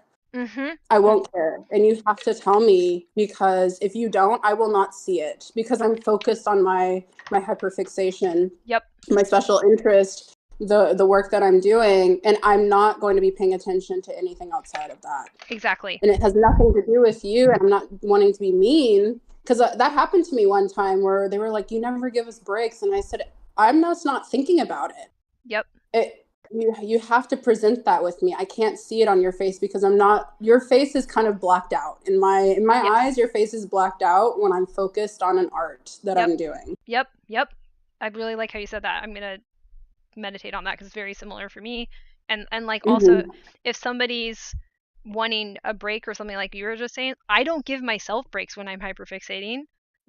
I don't eat, I don't go to the bathroom, I don't know. Like I realized that stuff like probably like an hour or two after when I probably should have realized it, if that. So yeah, so you're also like, it's tricky because it's like, oh, where's your empathy? I'm like, well, that is my empathy because I'm treating you as if you're me. Like I'm treating you as if you have the same body that I do, where I assume you're hyperfixated because I'm hyperfixated, and I can't make these assumptions about a state that I don't experience. Like, right, and they should be asking, where's your consideration, not where's your empathy. Right. Yeah. And then I need them to be clear about what they're needing. I love how you tell them that. Like I'm going to work on that too, especially just around anything music related. Yeah, big time. Right. And like the thing that will break me out of hyperfixation is that several hours ago, I really needed something physically. I needed to eat or go to the bathroom hours ago. And now it's no longer a choice, right? Now it's completely broken through my hyperfixation. And I'm like, oh shit, I need to make up for the fact that I was supposed to do this earlier. That's how it works for me. I wonder if that's because I haven't had that language that you have, Sterling. I wonder if that's held me back from even collaborating with people, because the idea of working with people while I'm hyperfixated, I maybe am a little concerned about that, like people having a negative reaction to it. So yeah, it's a process because the team that I have now, they've known me for like a year at least, and it's just some people don't get it. Yep. And a lot of people won't understand it, and because it's kind of like that. I mean, they see you, they're like, wow, you're such a genius. And I'm like, but there's going to be times when we collaborate and you're going to have to express that. And then they don't understand that because they're neurotypical. And then they're like, why are you being like this to me? And it's like, to me, I'm not. right. Yeah. It's, Yeah. And it wasn't about you, that I was being this way. And it's like for you, Jen, I really would suggest doing collab, because then you can find a safe space. Like, I'm still unmasking with my team, but it's so much easier to like process and also info dump on them because they already understand your neutral state. Right. And it becomes a little more freeing because I don't have I think my ex is the only one that's seen me fully almost fully unmasked. My team has seen me like 60%. Depending on how tired I am. Everybody else doesn't see anything. And so it's just being able to find people you can collaborate with, especially since we're artists, in an art space, it just becomes so much more relaxing. Right. That's awesome. And you're not hyper focused on how you're responding because you don't need to hyper focus on that. You just can be. You can just be, and they're not going to say for something, oh my gosh, why are you like angry right now? They just know that you're just decompressing. Right. It's not something that you have to worry about them asking you. Right. That's super helpful. Thank you for sharing that. Yeah, it does take some time to find that though when you're collaborating. But I do think there's a lot more people being willing to be open. Yep. And, in my instance, like I kind of need, I don't know how you are with your music, but I kind of need the most control out of anybody I'm collaborating with. I don't know how you are with your music. I think it varies a little bit because I think the way that I write, I'm given a little bit more space because I like to work like collaboratively on beats, but I haven't done as much as I want to. But I want to like lead the idea usually. Like I want to come in with my own beat and say like, hey, do you know how to do this stuff I don't know how to do? Like that's how I am. Yeah. And then it makes it much better because your brain doesn't have to work on like having to learn that thing. Exactly. So you can do the thing you want. Exactly. Yeah, because like so Jane, just like knowing you, I would guess that what you want to do is to be able to come in and simply provide in the area that you're providing something completely unconstrained by having to work with other people, but then for it to be built into the total project by everyone else and incorporated in. Yeah, I Right. mean, yeah, and like I enjoy talking to people about ideas when we're on the same page. I think what I get nervous about is that when I'm working on something and I get frustrated, very, very, very few people have seen that. If hardly, I can't even think how many people have actually seen that. Because I have to do things over and over and over and over again. So what's weird is like I can do certain parts of the art quickly, but because I make mistakes or because I want something very specific, then there's times where I'm really upset, but I can't walk away at that point. I have to work through being really upset. And I'm a little concerned about people seeing that because nobody has. Like I think I might actually be like actively hiding that from people. What do you do when you're upset? For me, when I get overwhelmed by something, I'm like most of the time I'm completely on the floor. And like fetal position. I can't listen to music. I can't hear noises. I just have to have it dead silent. Yep. When I'm like struggling with something, especially in art. But I need to do it to go forward to learn the thing I need to do. But it's just like that moment of time, no matter where I'm at, I will just be on the floor. Yeah. On the floor. Yeah, I kind of like can't do anything for the rest of the day. So like yeah, and time stops meaning anything at all. So like this is where it's like I'll be working on something till like 3 a.m. just because I can't stop at that point, or it almost feels like I won't care about it anymore. It's like too broken, and I can't leave the object that broken. And then yeah, I definitely spend time on the floor. I make weird noises, like like I talk to myself a lot during those times. And yeah, like weighted blankets have been a big help for me. I tend to do like I have like a manta sleep mask, a weighted blanket, and a pair of like ear defenders that like pilots use. I just got it from like Amazon, so it's not like I don't think it's like aircraft quality, but it's pretty strong. And then I go into that, but usually I only do that for like social shit that's pissing me off. Like if it's actual like special interest thing that I'm trying to fix, it's either I have to stare at it and try to fix it, or I can't look at it and then I might not ever go back to it again. Yeah, until you have like the energy. It's just, yeah, I feel that way too. People, when I'm at music events, I'm fully engaged, but I sometimes, with my ex, he's a musician. And so I started bringing headphones to his events because if I didn't, I would have before I knew that I was autistic, like I would have meltdowns because I couldn't stand being there for more than even an hour to 30 minutes. And I would just freak out, and I would freak out with him after, but I didn't understand why. So to mitigate that, I would always bring he had headphones that I use that are like really compressing. I don't play music or anything, but for some reason I can sit in a 3 hour to 4 hour event much better if I know it's 4 hours. Yeah. With those sensory like dampening things, I can handle a little better.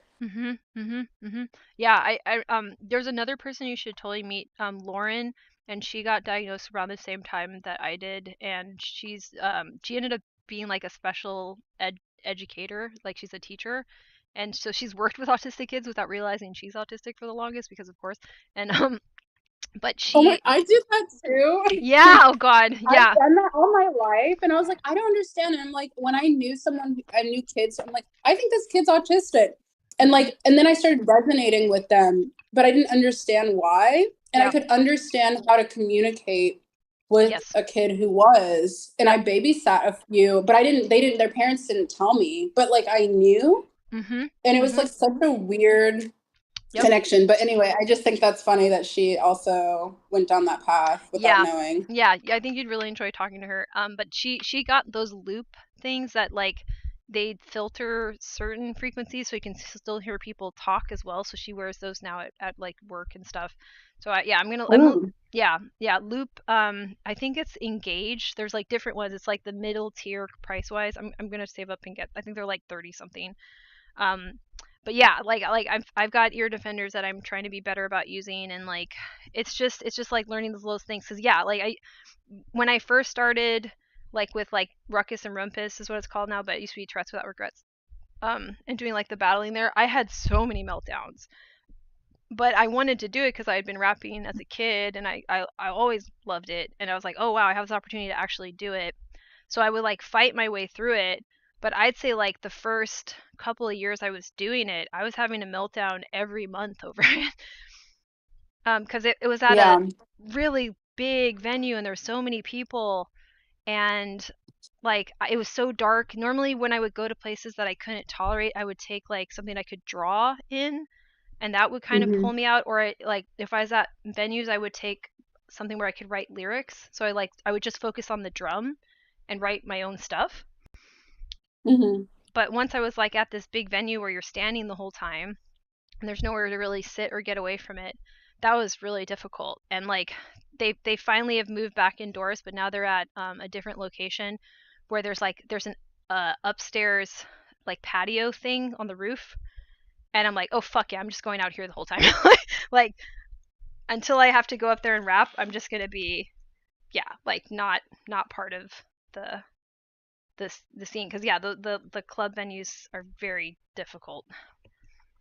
Yeah, club venues are, it's just so much that my battery for that type of stuff just boots down so fast. Yep, definitely. Like it's so fast. I was hanging out with my friend at a karaoke thing, and there was like 15 people in the small vicinity of a private karaoke. And just an hour in, like people came up and kept, because I had to decompress, but I didn't want to leave out of being disrespectful, to my friend who had brought me there. And I was just blanking out, just staring at something, really trying to like focus on like a safety net. And everyone's like, are you okay? Like, why are you angry? Why are you angry? And then finally I'm just like, I have to go. Like, I have to go. And I told my friend, I was like, I have to go outside. Like, I can't be here anymore. I just can't, because I can't even decompress to bring myself back into the socializing of it. Yeah, and I just need like 15 minutes of dead, like no one talking to me, but no one's able to give me that. Yes, exactly. Yeah, I strongly relate to that. And like, yes, just all that. Like when I used to do, back when, what's it called? Return of the Cypher was still going. And so I would go like every Sunday to go practice freestyle.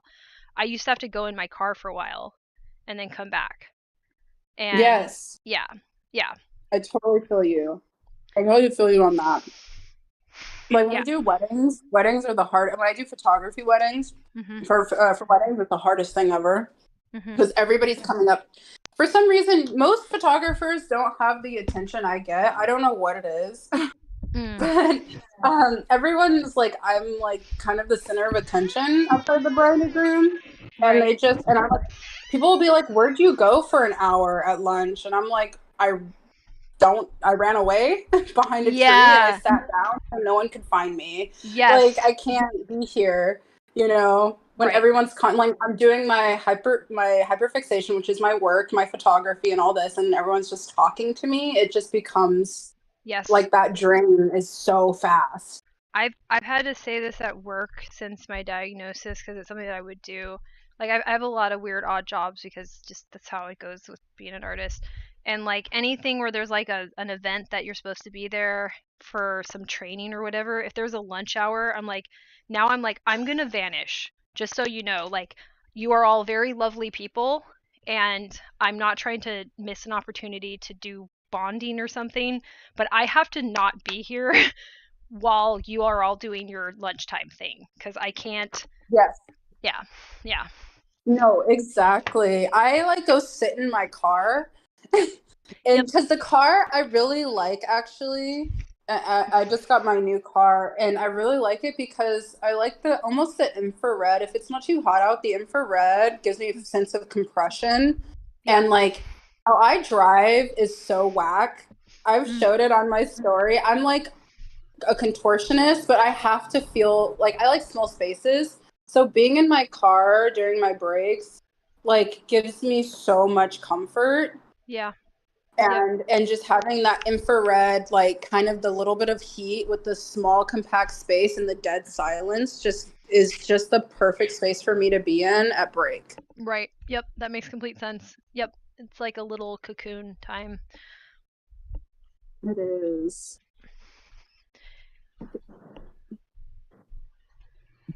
Okay, well, I think it may be time for me to go, Jane. Yeah, because my mom is calling me soon. But it was so wonderful talking to you. I really enjoyed it. It was so nice to hear both of you. Yeah, it was great having you on. Yeah, you're always welcome by. The Discord has a lot going on, and then just like anything you wanna like add or contribute ever, super welcome.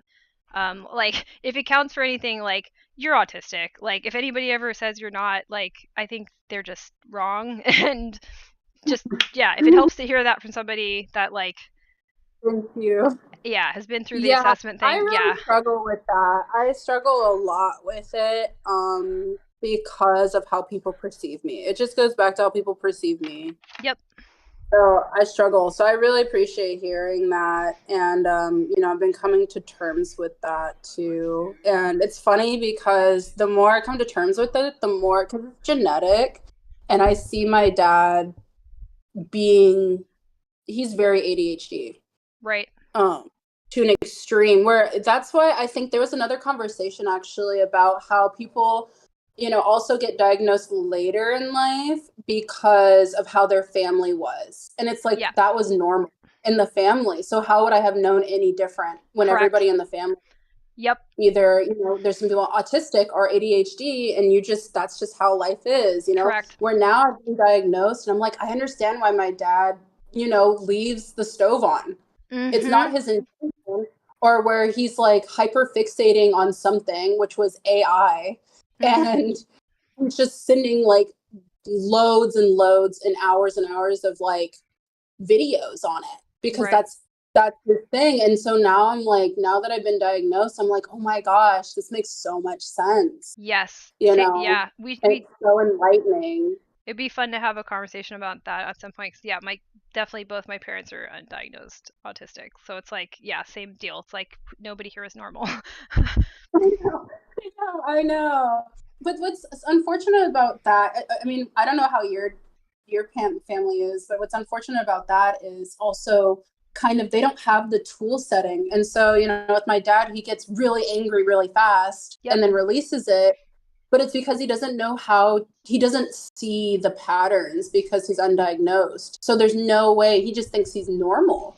But he is normal. But, like in a neurotypical world, he's very different. So he doesn't see it as that, and he doesn't know how to cope or manage what his emotions are going through internally. And it's very noticeable now.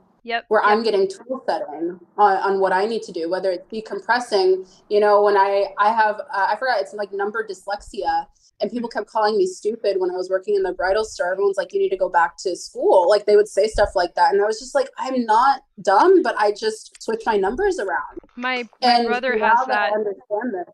Yeah. Dyscalculia. Yeah. Dyscalculia. Yeah. I have it pretty bad where I have to reread my numbers constantly. I couldn't do a job that required me to see a bunch of numbers because all the information would be wrong. There would be no way of it being right ever. So it's just interesting. But we can definitely talk about it next time. And it was wonderful talking to both of you. Yeah, no, this was great having you on. Okay, have a wonderful time today with your mom and everything. Yeah. All right. Bye, Jane. Bye. All right, and I think support's out of here too. Okay, so I'm gonna end the stream because it's 40 minutes over, and I did get a decent amount of things done. I mostly organized Merlin's food area, and I cleaned my desk. I cleaned off my desk for tomorrow because tomorrow I'm doing stuff on Twitch. So if anybody's watching this or whatever, cognifactoring is my method of doing anything. And I'll be doing a cognifactoring stream Monday through Wednesday to work on the big issues that come up with having the impairment side of things around life management skills that are particularly not native to my brain and are like the regions that throughout this discussion I would say are impaired, and all the consequences of that. And then I have systems that I'm developing to address that successfully and kind of transfer those things I'm impaired at into things I can do. So it's like a conversion from one thing to another thing. All right, I think that's it. Have a great day, everybody. This one's going to be saved in like a podcast format for parts of it. I don't know how I'm going to do these little podcast things. I might split them up. I don't know yet. But yeah, be well, everybody. Bye.